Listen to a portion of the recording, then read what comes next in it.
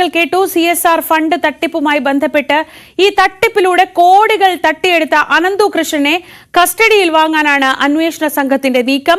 ഇന്ന് കോടതിയിൽ അപേക്ഷ നൽകും. ഇതിനിടെ അനന്തുവിന്റെ ബാങ്ക് അക്കൗണ്ടുകൾ പോലീസ് പരിശോധിക്കും.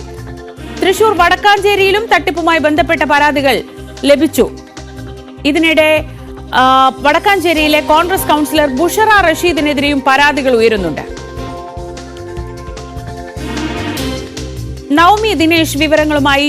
നവമി, ഇത് ആദ്യത്തെ ദിവസം നമ്മൾ കരുതിയത് അവിടെവിടെയായി നടന്നിട്ടുള്ള ചെറിയൊരു തട്ടിപ്പ് എന്നതാണെങ്കിൽ പിന്നീടുള്ള ദിവസങ്ങളിൽ അതിന്റെ ചിത്രം മുഴുവൻ മാറുകയാണ്. നൂറുകണക്കിന് കോടി തട്ടിപ്പ്. അത് സാധാരണക്കാരായ സ്ത്രീകളെ, കുടുംബശ്രീയിൽ ഉൾപ്പെടെയുള്ള സ്ത്രീകളെ വിശ്വസിപ്പിച്ച് അവർക്ക് പകുതി വിലയ്ക്ക് സ്കൂട്ടർ നൽകുമെന്ന് വിശ്വസിച്ച് നടത്തിയിട്ടുള്ള വളരെ ക്രൂരമായ ഒരു തട്ടിപ്പ്. പുതിയ പരാതികൾ ഒരുപാട് വരുന്നുണ്ട്. ഇതിനിടയിലാണ് ഈ രാഷ്ട്രീയ വിവാദങ്ങൾ കൂടി. AN രാധാകൃഷ്ണന്റെ പേര് പറയുന്നു, വടക്കാഞ്ചേരിയിലെ കോൺഗ്രസ് കൗൺസിലറുടെ പേര് പറയുന്നു, ഇന്നലെ ലാലി വിൻസെന്റിന്റെ പേര് കേൾക്കുന്നുണ്ട്. അങ്ങനെ ഇത് എത്രമാത്രം വലിയൊരു തട്ടിപ്പാണെന്നാണ് ഇപ്പോൾ നമുക്ക് മനസ്സിലാവുന്നത്.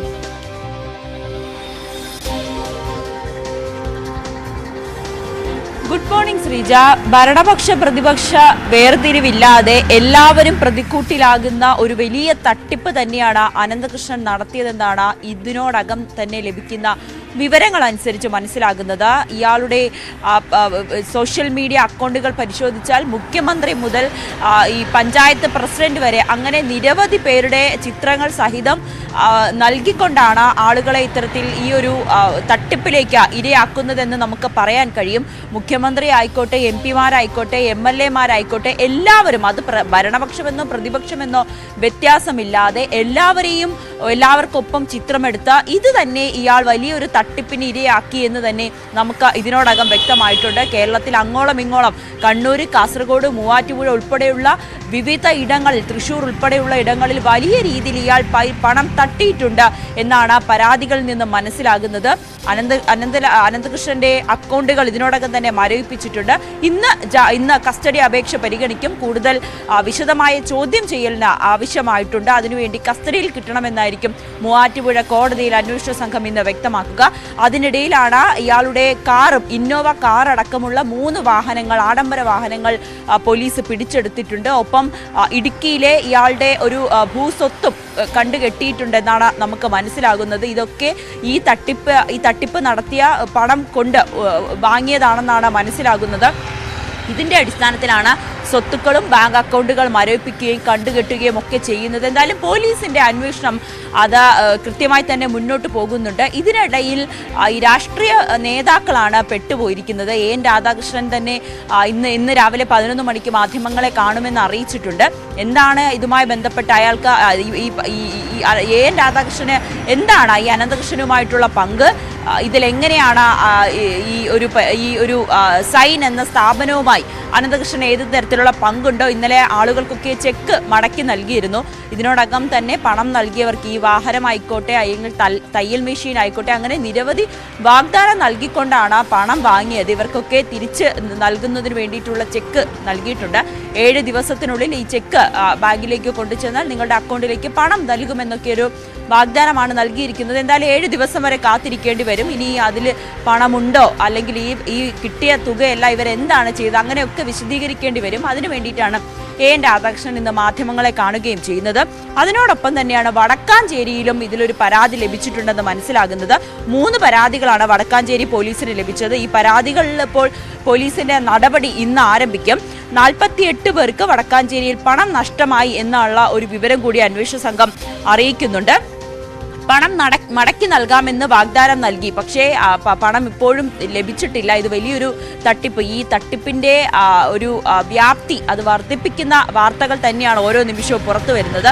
അതോടൊപ്പം തന്നെയാണ് വടക്കാഞ്ചേരി നഗരസഭാ കൗൺസിലർ ബുഷറ റഷീദിനെതിരെ, കോൺഗ്രസ് കൗൺസിലറായിട്ടുള്ള ബുഷറയ്ക്കെതിരെയും ഒരു പരാതി വന്നിരിക്കുന്നത്. ഈ പരാതിയിൽ പറയുന്നത് സീഡ് സൊസൈറ്റി രൂപീകരിച്ച് പണം തട്ടാൻ ശ്രമിച്ചു എന്നാണ് ഇതിൽ പറയുന്നത്. ഇത് DYFI ആണ് പരാതി നൽകിയിരിക്കുന്നത്. ബുഷറ റഷീദിനെതിരെ വ്യാപക പോസ്റ്ററുകളും വടക്കാഞ്ചേരിയിൽ സജീവമായിട്ടുണ്ട്. അങ്ങനെ ഈ അനന്തകൃഷ്ണന്റെ ഈ ഒരു തട്ടിപ്പുമായി ബന്ധപ്പെട്ട നിരവധി പരാതികളാണ് ഇപ്പോൾ ഉയർന്നു വന്നുകൊണ്ടിരിക്കുന്നത്. ഇതിൽ ലാലി വിൻസൻ ഉൾപ്പെടെ പ്രതിയാകുന്ന ഒരു സാഹചര്യത്തിൽ ഇത് രാഷ്ട്രീയം അത് ഏത് രീതിയിലാണ്, രാഷ്ട്രീയ പാർട്ടികൾ ഇതിനെ ഏത് രീതിയിലാണ് ന്യായീകരിക്കുക എന്നതാണ് മനസ്സിലാകേണ്ടത്. പക്ഷെ ഇപ്പോഴും എം പിമാർ അല്ലെങ്കിൽ ഈ അനന്തകൃഷ്ണനോടൊപ്പം നിൽക്കുന്ന നേതാക്കന്മാരോടൊക്കെ നമ്മൾ അവരുടെ ഒരു പ്രതികരണം തേടുമ്പോൾ അവർ പറയുന്നത് അനന്തകൃഷ്ണൻ ഇത്രയും വലിയൊരു തട്ടിപ്പുകാരനാണെന്ന് ഞങ്ങൾ അറിഞ്ഞിരുന്നില്ല, ഈ തട്ടിപ്പുമായി തങ്ങൾക്ക് ബന്ധമില്ല, ഈ തട്ടിപ്പ് അറിയാതെയാണ് അദ്ദേഹത്തിനോടൊപ്പം നിന്ന് ചിത്രങ്ങൾ എടുക്കുകയും ഒക്കെ ചെയ്തത്. അങ്ങനെയാണെങ്കിൽ ഇത്രയും ഒരു സാധാരണക്കാരനായിട്ടുള്ള ഒരാൾക്ക് എങ്ങനെയാണ് ഇത്രയും വലിയ രാഷ്ട്രീയ നേതാക്കളുമായിട്ടൊക്കെ നിന്ന് ചിത്രമെടുക്കാൻ കഴിയുക?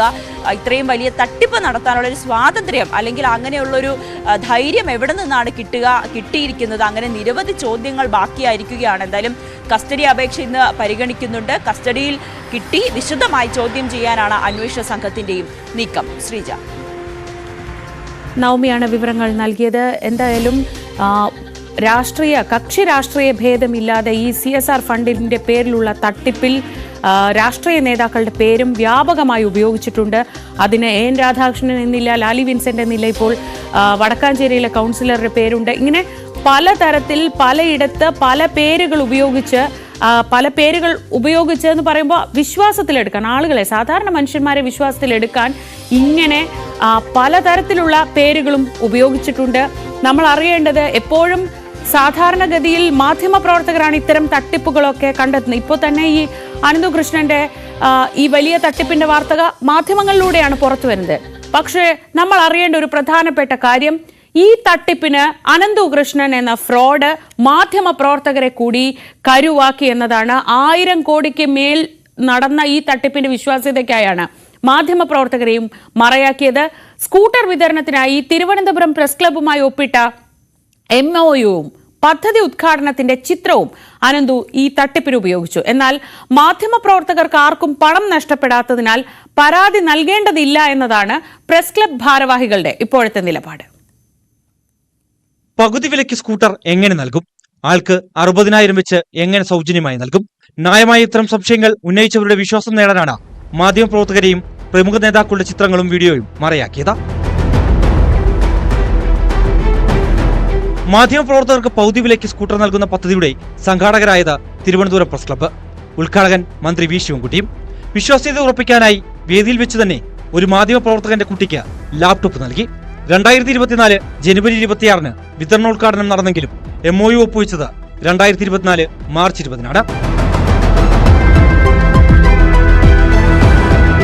എന്നാൽ ഇങ്ങനെയൊരു MOU ഇല്ലെന്നും ഈ വിഷയത്തിൽ പ്രതികരിക്കാനില്ലെന്നുമായിരുന്നു അന്ന് ഈ കരാറിന് നേതൃത്വം നൽകിയ Thiruvananthapuram press club secretary M രാധാകൃഷ്ണന്റെ മറുപടി. പ്രസ് ക്ലബിനെ പറ്റിച്ചതാണെങ്കിൽ പോലീസിൽ പരാതി നൽകാത്തത് എന്തെന്ന ചോദ്യത്തിനും പ്രതികരിക്കേണ്ട എന്ന തീരുമാനമെന്നായിരുന്നു Thiruvananthapuram press club president PR പ്രവീണിന്റെയും മറുപടി. പദ്ധതിയിൽ ഉൾപ്പെട്ട മാധ്യമപ്രവർത്തകരുടെ പേരും തിരുവനന്തപുരം പ്രസ് ക്ലബ്ബ് പുറത്തുവിട്ടിരുന്നു. എന്നാൽ അന്നത്തെ ക്ലബ് പ്രസിഡന്റ് രാധാകൃഷ്ണൻ തങ്ങളോട് അനുവാദം ചോദിക്കാതെ പേരുൾപ്പെടുത്തുകയായിരുന്നു എന്ന് പല മുതിർന്ന മാധ്യമപ്രവർത്തകരും ന്യൂസ് 8നോട് പറഞ്ഞു. പ്രമുഖ മാധ്യമ സ്ഥാപനങ്ങളിലെ ഈ മാധ്യമപ്രവർത്തകരുടെ പേരടങ്ങുന്ന പട്ടികയും അനന്തകൃഷ്ണൻ 1000 കോടിയുടെ തട്ടിപ്പിന്റെ വിശ്വാസ്യതയ്ക്കായി ഉപയോഗിച്ചു. മാധ്യമപ്രവർത്തകർക്ക് സ്കൂട്ടർ നൽകുക വഴി കൂടുതൽ പേരിലേക്ക് തട്ടിപ്പ് വ്യാപിപ്പിക്കാനായിരുന്നു അനന്തകൃഷ്ണനും സംഘവും ലക്ഷ്യമിട്ടത്. ഇതിന്റെ ഭാഗമായി കേരളത്തിലെ മറ്റ് 13 പ്രസ് ക്ലബ്ബും ഉൾപ്പെടുന്ന കേരള പത്രപ്രവർത്തക യൂണിയനെ പദ്ധതിയുമായി സമീപിച്ചെങ്കിലും തട്ടിപ്പ് സാധ്യത തിരിച്ചറിഞ്ഞ് യൂണിയൻ ഒഴിവാക്കുകയായിരുന്നു. ന്യൂസ് 18 തിരുവനന്തപുരം. ഇനി ഈ ദിവസങ്ങളിലൊക്കെ പുതിയ പരാതികൾ വരുന്നുണ്ട്. അത്തരത്തിൽ എത്ര പേർ ഇനി ഈ പരാതിയുമായി മുന്നോട്ട് വരും എന്നത് കാത്തിരുന്ന് കാണണം. കാരണം അത്ര വ്യാപകമായി സംസ്ഥാനത്തുടനീളം വലിയ രീതിയിൽ തട്ടിപ്പ് നടന്നിട്ടുണ്ട്, വലിയ രീതിയിൽ പൈസ നഷ്ടപ്പെട്ടിട്ടുണ്ട്. കൂടുതൽ പേർ പരാതിയുമായി എത്തുന്ന മുറയ്ക്കായിരിക്കും പോലീസിന് ഇതിൽ എത്രത്തോളം വലിയൊരു തട്ടിപ്പ് നടന്നു എന്നത് തിരിച്ചറിയാൻ കഴിയുക. ഇനി നമ്മൾ മറ്റു വാർത്തകളിലേക്ക് പോവുകയാണ്. കാസർഗോഡ് കൊളത്തൂർ മടന്തക്കോട് തുരങ്കത്തിൽ ഇന്നലെ രാത്രി കുടുങ്ങിയ പുലി രക്ഷപ്പെട്ടു. മയക്കുവെടി വെക്കുന്നതിനിടെയാണ് പുലി രക്ഷപ്പെട്ടത്. വനംവകുപ്പ് പറയുന്നതനുസരിച്ച് ഈ പുലിക്ക് മയക്കുവെടി കൊണ്ടിട്ടുണ്ട്.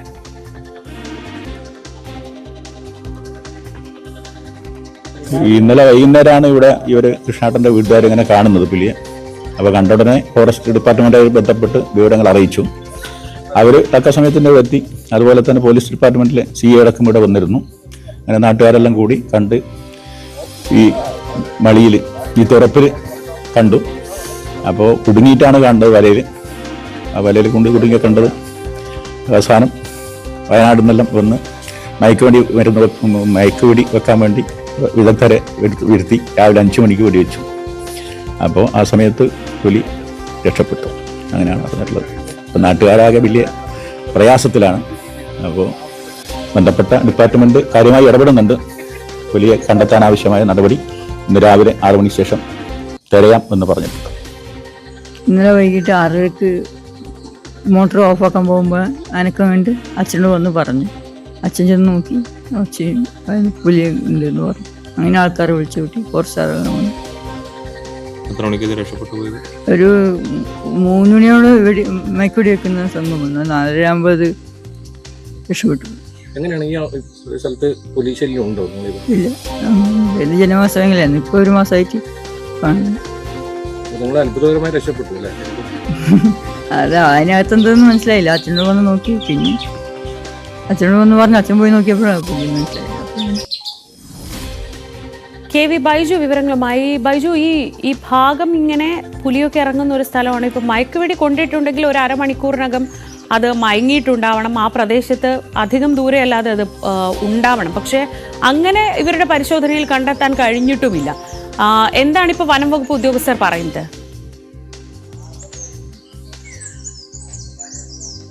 ശ്രീജ, ഞാനിപ്പോൾ ഉള്ളത് ഈ കൊളത്തൂർ മടന്നുകട എന്ന് പറയുന്ന ഈ പുലിയെ കണ്ടെത്തിയ സ്ഥലത്താണ്. വലിയ ഭീതിയിലാണ് ഈ പ്രദേശത്തുള്ളത്. അതിൽ ഏറ്റവും പ്രധാനം ഈ പുലി ഈ തുരങ്കത്തിൽ നിന്ന് രക്ഷപ്പെട്ടു. അത് മയക്കുവെടി വെച്ചു എന്ന് ഫോറസ്റ്റ് ഉദ്യോഗസ്ഥർ പറയുമ്പോൾ അത് കൊണ്ടില്ല എന്ന ഒരു അഭിപ്രായം കൂടിയുണ്ട്. ഏതായാലും ഇപ്പോൾ ഈ പ്രദേശത്ത് കാലാവസ്ഥ വളരെ മോശമാണ്. മൂടൽ മഞ്ഞാണ്. ഏതെങ്കിലും തരത്തിൽ തെരച്ചിൽ നടത്താൻ അനുകൂലമായ ഒരു സാഹചര്യമില്ല. അതുകൊണ്ട് തന്നെ കാലാവസ്ഥ മാറാൻ വേണ്ടിയുള്ള ഒരു കാത്തിരിപ്പാണ്. ഇത് വലിയ ജനവാസ കേന്ദ്രമാണ്. ഈ പ്രദേശത്താണ് ഇന്നലെ 7 മണിയോടുകൂടി ഇത്തരത്തിൽ കൃഷ്ണൻ എന്ന് പറയുന്ന ആളുടെ പറമ്പിന് തൊട്ട് സമീപത്തായുള്ള ഈ തുരങ്കത്തിനകത്ത് പുലി കുടുങ്ങിയ നിലയിൽ കണ്ടെത്തിയത്.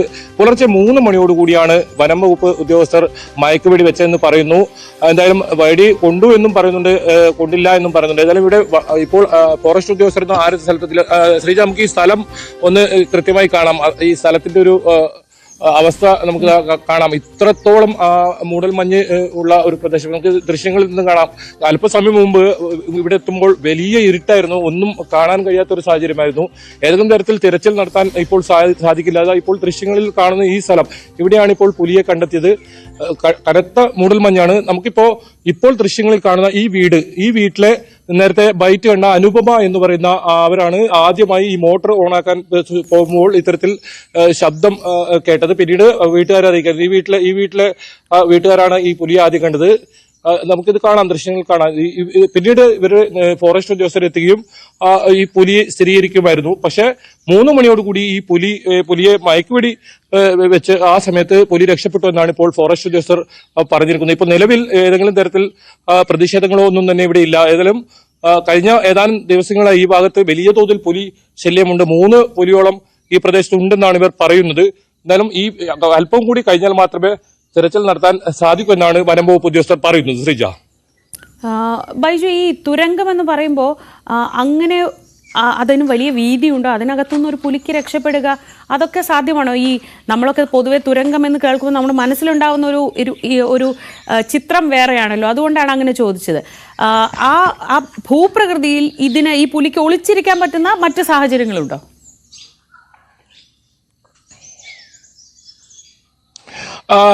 നമുക്ക് നമ്മുടെ ഈ പ്രദേശങ്ങളിൽ ഈ കൊളത്തൂർ, ഈ കുറ്റിക്കോൽ, കുണ്ടംകുഴി ഭാഗങ്ങളിൽ നമ്മൾ ഈ വെള്ളം ശേഖരിക്കാനായി സുരംഗ എന്നാണ് നമ്മൾ ഇവിടെ പറയാറുള്ളത്. ആ തുരങ്കമാണിത്. ആ തുരങ്കത്തിനകത്താണ് ഈ പുലി കുടുങ്ങിയത്. അത് വളരെ ഇടുങ്ങിയ ഒരു സ്ഥലമാണ്. ഒരു പക്ഷേ ഇതിനകത്ത് ഏതെങ്കിലും തരത്തിൽ പന്നിക്കോ മറ്റോ കെണി വെക്കാറുണ്ട്. ആ കെണി ഉൾപ്പെടെ കുടുങ്ങിയതാണോ എന്നൊരു സംശയമുണ്ട്. ഏതായാലും മണിക്കൂറുകളോളമാണ് ഈ പുലി ഇതിനകത്ത് കുടുങ്ങിയ നിലയിൽ തന്നെ കിടക്കുന്ന ഒരു സാഹചര്യമുണ്ടായത്. അപ്പോൾ തന്നെ ഈ പ്രദേശത്തുള്ളവരെല്ലാം വനം വകുപ്പ് ഉദ്യോഗസ്ഥർ ഒഴിപ്പിച്ചു. ഏതെങ്കിലും തരത്തിൽ അക്രമകാരിയായ പുലിയാണിതെന്നാണ് വനംവകുപ്പും പറയുന്നത്. അതുകൊണ്ട് തന്നെ ആളുകളെ ഒഴിപ്പിച്ച് അതിനുശേഷമാണ് ഇത്തരത്തിൽ പുലർച്ചെ 3 മണിയോടുകൂടി ഈ വയനാട് നിന്നുള്ള പോലീസിന്റെ ഈ സംഘം എത്തിയത്, വനംവകുപ്പിന്റെ സംഘം എത്തിയതും ഈ പുലിയെ മയക്കുവെടി വെച്ചതെന്നാണ് പറയുന്നത്. പക്ഷേ ഈ മയക്കുവെടി കൊണ്ടു എന്ന കാര്യത്തിൽ ഒരു സ്ഥിരീകരണമില്ല. കാരണം അത്രത്തോളം മൂടൽ മഞ്ഞാണ്. വെളിച്ചം വളരെ കുറവാണ് ആ സമയത്തൊക്കെ. ഇപ്പോഴും ഒരു കൃത്യമായ കാലാവസ്ഥ, നമുക്ക് ഏതെങ്കിലും തരത്തിൽ പുലിയെ തിരയാനുള്ള ഒരു കാലാവസ്ഥ ഇപ്പോഴും ആയിട്ടില്ല, അനുകൂലമായി പൂർണ്ണമായിട്ട് സാഹചര്യമായിട്ടില്ല. അത്രത്തോളം മൂടൽമഞ്ഞ് ഈ പ്രദേശത്ത് ഇപ്പോഴും കാണാം. ആരും തന്നെ ഈ ഭാഗത്ത് പ്രദേശവാസികൾ ആരും തന്നെ ഇവിടെ എത്തിയിട്ടുമില്ല. അല്പസമയം മുമ്പ് വന്ന 1-2 പേർ മാത്രമാണ് ഇത് സംബന്ധിച്ച് പ്രതികരിച്ചത്.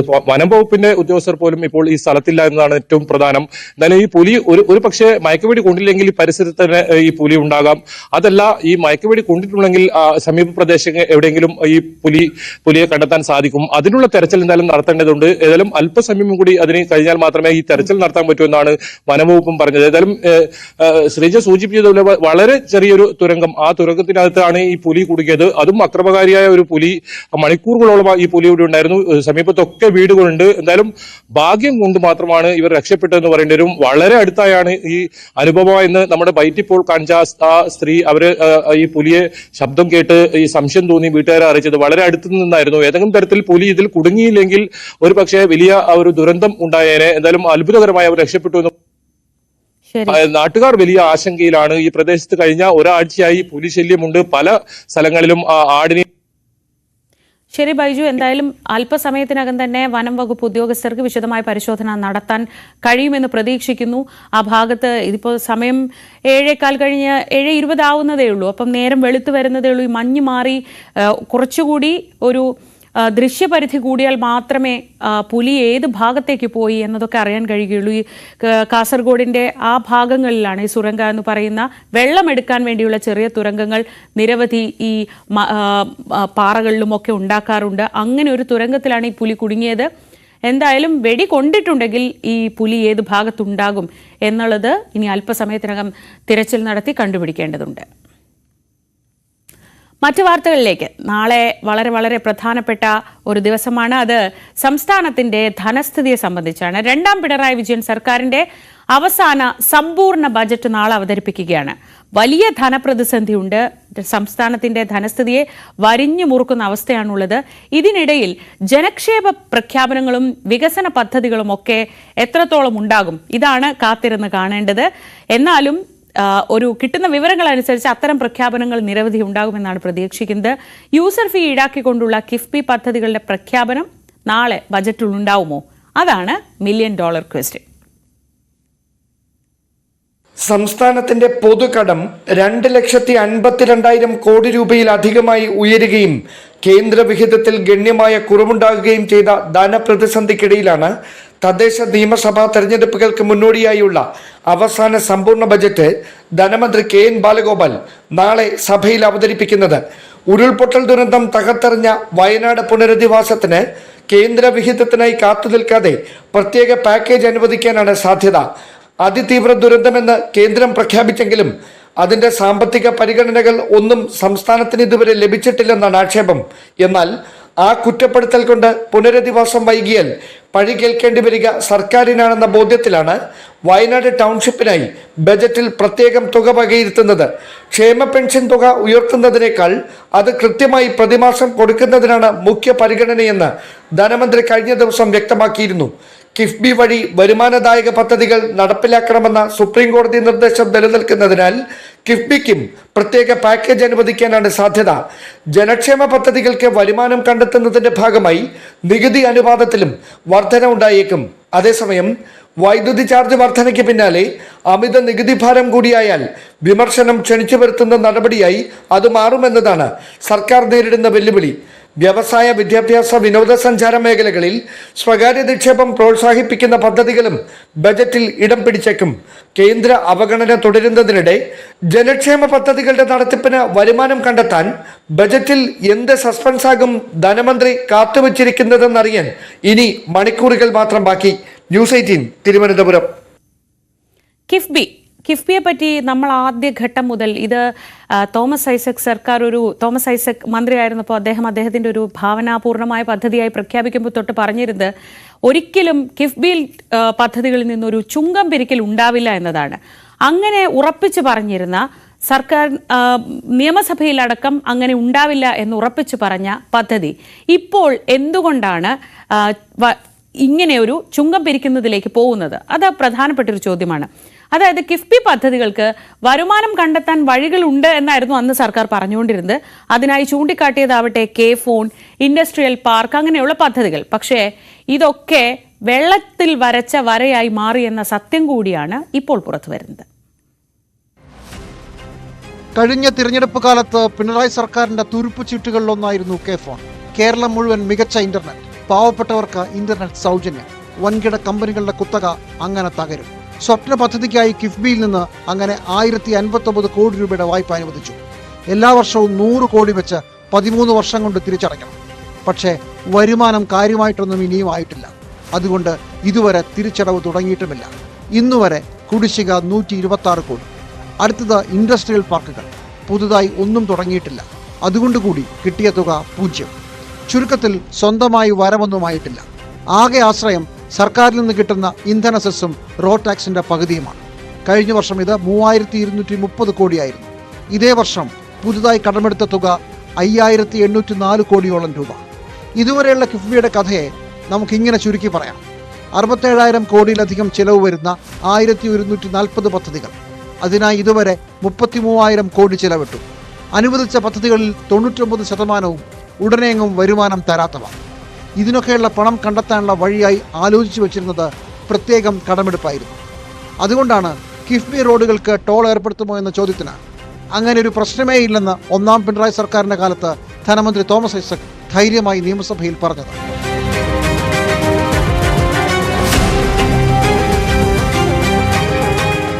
തിരിച്ചടവിന്റെ 25% സ്വന്തമായി കണ്ടെത്തുമെന്ന് പിന്നീട് കിഫ്ബിയുടെ CEO വെച്ച് കാച്ചിയതും അങ്ങനെ ഒരു അവസ്ഥ വരില്ലെന്ന് കരുതിയാണ്.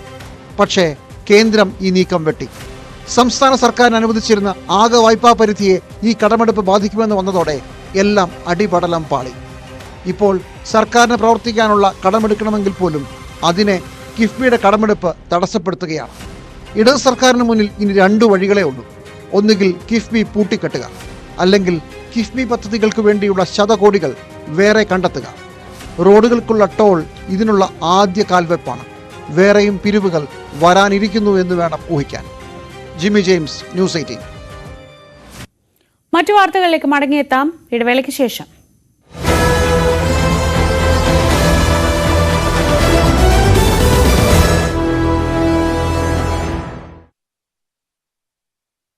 കമ്മീഷനുമായി ബന്ധപ്പെട്ട് വലിയ പരാതികൾ ആം ആദ്മി പാർട്ടിക്ക് ഉണ്ടായിരുന്നു എന്നുള്ളത് വാസ്തവമാണ്. പ്രത്യേകിച്ച് അരവിന്ദ് കെജ്രിവാൾ പല വിഷയങ്ങളും, അതിപ്പോൾ യമുന വിഷയമായിക്കോട്ടെ, അതിനുശേഷം ആം ആദ്മി പാർട്ടി പ്രവർത്തകർക്കെതിരായ അതിക്രമം, ആ വിഷയങ്ങളിലൊക്കെ തന്നെ കമ്മീഷനുമായി നേർക്കുനേർ ഏറ്റുമുട്ടുന്ന ഒരു സാഹചര്യം പോലും ഉണ്ടായി. അതായത് രാജീവ് കുമാർ, മുഖ്യ തെരഞ്ഞെടുപ്പ് കമ്മീഷണർ, BJPക്ക് വേണ്ടി അദ്ദേഹം അടുത്ത മാസം വിരമിക്കുകയാണ്. അപ്പോൾ ഏത് പദവിയാണെന്ന തരത്തിലേക്ക് അരവിന്ദ് കെജ്രിവാൾ ചോദിക്കുന്ന സാഹചര്യം വരെ ഉണ്ടായി. ഇന്ന് ഏറ്റവും ഒടുവിൽ ഇന്ന് പോലും ഈ വോട്ടിംഗ് ദിനത്തിൽ പോലും വലിയ ആരോപണം ഉണ്ടായത് പോലീസിനെതിരെയാണ്. അതായത് പോലീസ് ഈ ഇലക്ഷൻ അട്ടിമറിക്കാൻ ശ്രമിക്കുന്നെന്ന വലിയ പരാതി ഉണ്ടായി. തുറന്ന് പോലീസ് തന്നെ ഇക്കാര്യം പരിശോധിക്കുമെന്ന് അറിയിക്കുകയും ചെയ്തു. അങ്ങനെ വലിയ രീതിയിലുള്ള ഒരു പരാതിയും ഒക്കെ തന്നെ വിവാദങ്ങളും ഒക്കെ തന്നെ കടന്നുപോയൊരു തെരഞ്ഞെടുപ്പാണ് ഇത്തവണത്തേത് എന്ന കാര്യത്തിൽ യാതൊരു സംശയവുമില്ല. അതിൽ തന്നെ ആം ആദ്മി പാർട്ടി പ്രത്യേകിച്ച് ഈ തെരഞ്ഞെടുപ്പിനെ അല്ലെങ്കിൽ വോട്ടിംഗ് സംവിധാനത്തെ തന്നെ ദുർബലപ്പെടുത്തുന്ന ഒരു നിലയിലേക്ക് കാര്യങ്ങളെ കൊണ്ടെത്തിക്കുന്നു രാജീവ് കുമാർ എന്ന ഗുരുതര ആരോപണം ഉണ്ടായി. ഈ ഇലക്ഷൻ കമ്മീഷൻ ഈ വാദങ്ങളൊക്കെ തന്നെ തള്ളിക്കളയുകയും ചെയ്തിട്ടുണ്ട്. അങ്ങനെ ഒരു കമ്മീഷനും ആം ആദ്മി പാർട്ടിയും തമ്മിലൊരു ഏറ്റുമുട്ടലിലേക്ക് പലപ്പോഴും ഈ കാര്യങ്ങൾ കടന്നുപോയിട്ടുണ്ട് എന്നുള്ളത് വാസ്തവമാണ്. ഏതായാലും ഇന്നിപ്പോൾ സൂചിപ്പിച്ച കാര്യം, അതിഷിയുടെ ഓഫീസിലെ 2 ഉദ്യോഗസ്ഥരെ കസ്റ്റഡി എടുത്തു എന്ന് പറയുന്നത്, അത് പോലീസ് തന്നെ പറയുന്നത്, പോലീസ് തന്നെയാണ് ഈ പോലീസിനെ കോട്ട് ചെയ്തുകൊണ്ടാണ് ഇന്ന് ഈ വാർത്തകളൊക്കെ തന്നെ പുറത്തു വന്നത്. അതായത് ഈ 2 പേരും ഓഫീസിലെ ഉദ്യോഗസ്ഥരാണെന്ന നിലയിൽ ഡൽഹി പോലീസ് തന്നെ പറയുന്ന വാർത്തകളാണ് മാധ്യമങ്ങൾ കസ്റ്റഡി എടുത്തു. ഡൽഹി പോലീസ് തന്നെയാണ് അത്തരം. പക്ഷേ വിനോദ് പറയുന്നത്, വിനോദ് അതിനകത്ത് എന്താണ് ഇപ്പോൾ ഞങ്ങൾ റിപ്പോർട്ട് ചെയ്ത ഡൽഹി പോലീസ് നൽകിയ വിവരം അനുസരിച്ചാണ് അല്ലെ രാജേഷ്? നേരത്തെ ചോദിച്ചിരുന്നു ആരാണ് സംസാരിച്ചതെന്ന് കൃത്യമായിട്ട് അറിയില്ല എന്ന്. ER രാജേഷ് ആണ്, ഞങ്ങളുടെ സീനിയർ സ്പെഷ്യൽ കറസ്പോണ്ടന്റ് ആണ്. അദ്ദേഹം ഡൽഹിയിൽ കഴിഞ്ഞ ദിവസങ്ങളിൽ ഉണ്ടായിരുന്നു. ഡൽഹി പോലീസിന്റെ വിവരം അനുസരിച്ച് തന്നെയാണ് ഈ വാർത്ത കൊടുത്തിരിക്കുന്നത്. മറ്റു മാധ്യമങ്ങളും കൊടുത്തിട്ടുണ്ടെന്നാണ് എനിക്ക് തോന്നുന്നത്. പോലീസ് പറയുന്നത് സത്യമാണോ, അങ്ങനെയാണോ നമ്മൾ മനസ്സിലാക്കുന്നത്? കസ്റ്റഡിയിലാണ് അല്ലേ? ആയിക്കോട്ടെ, അത് അതിഷിയുടെ പ്രൈവറ്റ് സെക്രട്ടറി ആണെന്ന് എന്ത് തെളിവാണല്ലേ? അതിഷിയുടെ ഓഫീസുമായി ബന്ധമില്ലാത്ത ഓഫീസ് ജീവനക്കാരൻ എന്നാണ്. അല്ല, അതിന് ഓഫീസ് ജീവനക്കാരാണെന്ന് പേര് പുറത്തുവിട്ടോ? അതുമായി ബന്ധപ്പെട്ട അദ്ദേഹത്തിന്റെ രേഖകൾ പുറത്തുവിട്ടോ? അപ്പോൾ ഫേക്ക് ആണെന്നാണല്ലേ പോലീസ് നൽകുന്ന തെറ്റായ വിവരം അല്ലേ?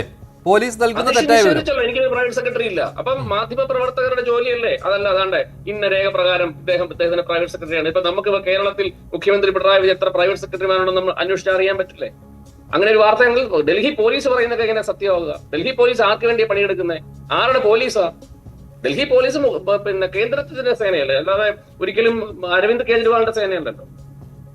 ശരി, ഇപ്പോൾ ഏറ്റവും ഒടുവിൽ വന്നിരിക്കുന്ന എക്സിറ്റ് പോൾ ഫലങ്ങളിൽ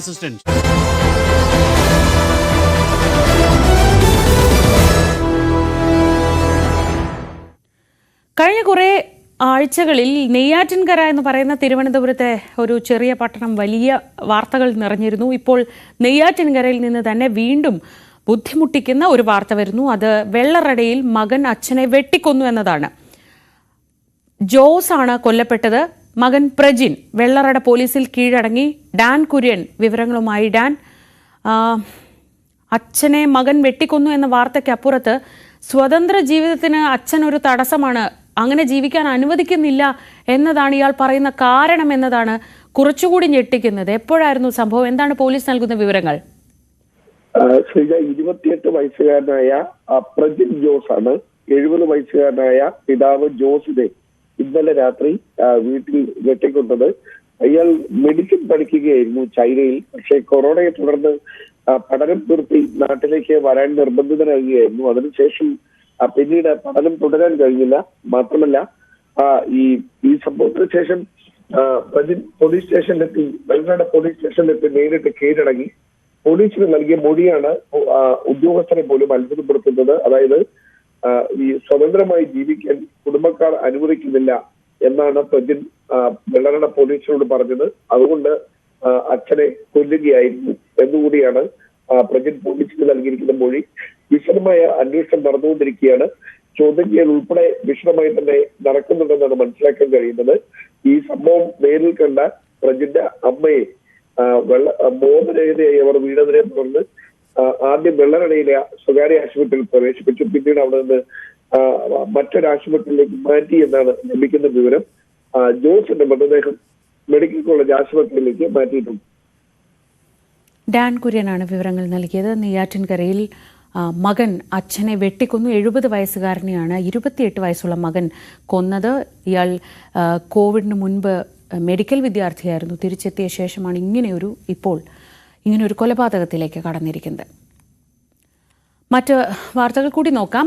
കഠിനംകുളം കൊലപാതക കേസിൽ പ്രതി ജോൺസൺ ഔസേപ്പുമായി സംഭവം നടന്ന വീട്ടിൽ ഇന്ന് തെളിവെടുപ്പ് നടക്കും. 5 ദിവസത്തെ കസ്റ്റഡി കാലാവധി ഇന്ന് പൂർത്തിയാകാനിരിക്കെയാണ് തെളിവെടുപ്പ്. ഡാൻ തന്നെ വിവരങ്ങൾ നൽകും.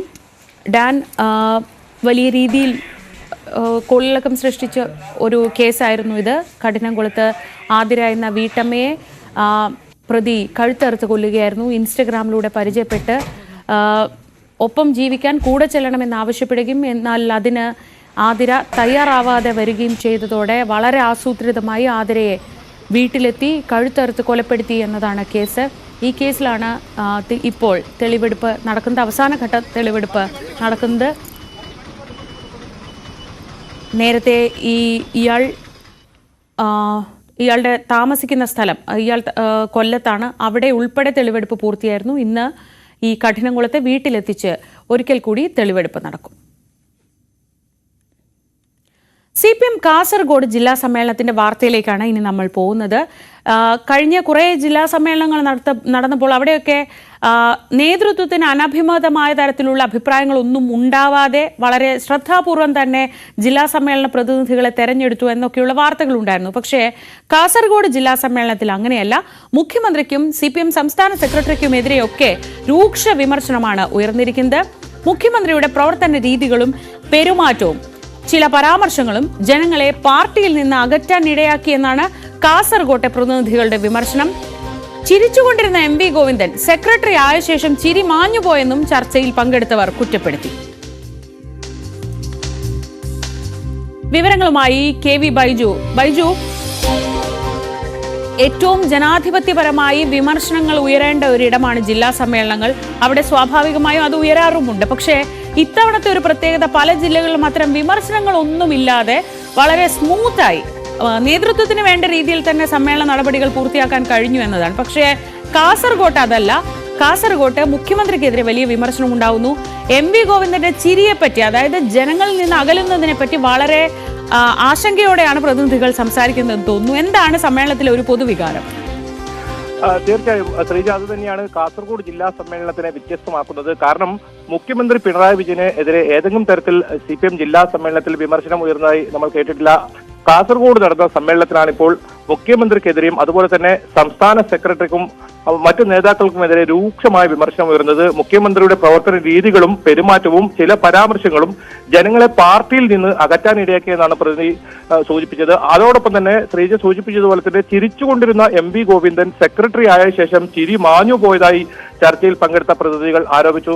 മറ്റൊരു പ്രധാനപ്പെട്ട പ്രത്യേകത, കാസർഗോഡ് ജില്ലയിൽ സമ്മേളനത്തിൽ ഏതെങ്കിലും തരത്തിൽ CPM സംസ്ഥാന സെക്രട്ടറിയോ അതോ പിണറായി വിജയനോ പങ്കെടുക്കുന്നില്ല എന്നാണ്. കാരണം നാളെ നിയമസഭാ ബജറ്റൊക്കെ ഉള്ളതുകൊണ്ട് തന്നെ നേതാക്കൾ ആരും തന്നെ ഇല്ല. അവരുടെ അഭാവത്തിലാണ് ഇത് പറഞ്ഞതെങ്കിൽ EP ജയരാജനെ ഇരുത്തിക്കൊണ്ട് തന്നെ വളരെ രൂക്ഷമായ വിമർശനം EP-ക്കെതിരെയും ഉണ്ടായി. EP-യുടെ പല പ്രവൃത്തികളും പാർട്ടിയെ പ്രതിക്കൂട്ടിലാക്കി എന്ന് തന്നെയാണ് അംഗങ്ങൾ പറഞ്ഞത്. തദ്ദേശ സ്ഥാപനങ്ങളിൽ ഏർപ്പെടുത്തിയ ചില നികുതി വർധനവുകൾ ജനങ്ങൾക്ക് ഭാരമായി. ഇതിന് ഉത്തരവാദി തദ്ദേശ വകുപ്പ് മന്ത്രി MB രാജേഷ് ആണെന്നും വിമർശനവും ഉണ്ടായി. ഏതായാലും കാസർഗോഡ് ജില്ലയെ സംബന്ധിച്ചിടത്തോളം 75 വയസ്സ് കഴിഞ്ഞവർ നേതൃത്വത്തിൽ നിന്ന് മാറണമെന്ന് CPM കാസർഗോഡ് ജില്ലാ സമ്മേളന പ്രതിനിധികൾ ആവശ്യപ്പെട്ടു. അങ്ങനെയാണെങ്കിൽ MB ബാലകൃഷ്ണൻ മാസ്റ്റർ ജില്ലാ സെക്രട്ടറിയായി തുടരാനുള്ള ഒരു സാധ്യത മങ്ങുകയാണ്. അതേസമയം Uduma MLA CH Kunhambu, Trikaripur MLA M Rajagopalan തുടങ്ങിയവരാണ് ഇപ്പോൾ പരിഗണിക്കാനുള്ള ഒരു സാധ്യത. ഏതായാലും ഇന്നും ഈ ചർച്ച തുടരും. പ്രധാനപ്പെട്ട ചർച്ച ഇന്നാണ് നടക്കുന്നത്. ഇന്നും ഈ രീതിയിലുള്ള രൂക്ഷമായ വിമർശനം തന്നെയാണ് ഉണ്ടാവുക. EP ജയരാജനും PK ശ്രീമതി ഉൾപ്പെടെയുള്ള മുതിർന്ന നേതാക്കളുടെ സാന്നിധ്യം ഇന്നുണ്ട്. ഏതായാലും സംസ്ഥാന സെക്രട്ടറി MV ഗോവിന്ദൻ അതുപോലെ തന്നെ മുഖ്യമന്ത്രി പിണറായി വിജയൻ ഈ സമ്മേളനത്തിൽ പങ്കെടുക്കുന്നില്ല. നാളെയാണ് ഈ പൊതുസമ്മേളനം ഉള്ളത്. ശ്രീജ, KV ബൈജുവാണ് വിവരങ്ങൾ നൽകിയത് കാസർഗോഡ്. CPM ജില്ലാ നേതൃത്വത്തെ ഞെട്ടിച്ച് വടകരയിൽ വീണ്ടും പ്രതിഷേധ പ്രകടനങ്ങൾ. മുതിർന്ന നേതാവായ PK ദിവാകരനെ ജില്ലാ കമ്മിറ്റിയിൽ നിന്ന് ഒഴിവാക്കിയതിനെതിരെ തിരുവള്ളൂരിലും മുടപ്പാവിലും പ്രതിഷേധങ്ങൾ നടന്നു. പാർട്ടിയുടെ സംഘടനാ തലത്തിലെ പ്രശ്നങ്ങൾ പരിഹരിക്കണമെന്നാവശ്യപ്പെട്ട് ദിവാകരൻ നേതൃത്വത്തിന് കത്ത് നൽകിയതിന് പിന്നാലെയാണ് വീണ്ടും പ്രകടനങ്ങൾ.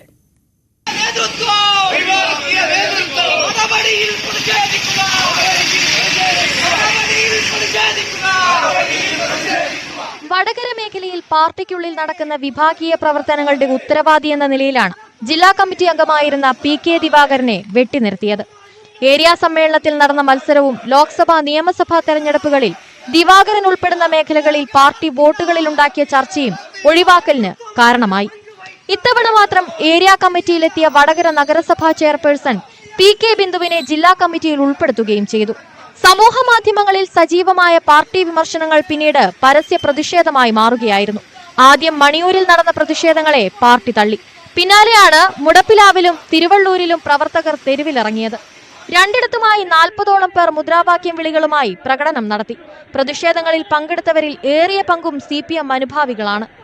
അനുഭാവികളുടെ പ്രതിഷേധം കണക്കിലെടുത്ത് നേതൃത്വം തീരുമാനം തിരുത്തുമെന്നാണ് പ്രതിഷേധങ്ങളെ പിന്തുണയ്ക്കുന്ന നേതാക്കളുടെ പ്രതീക്ഷ.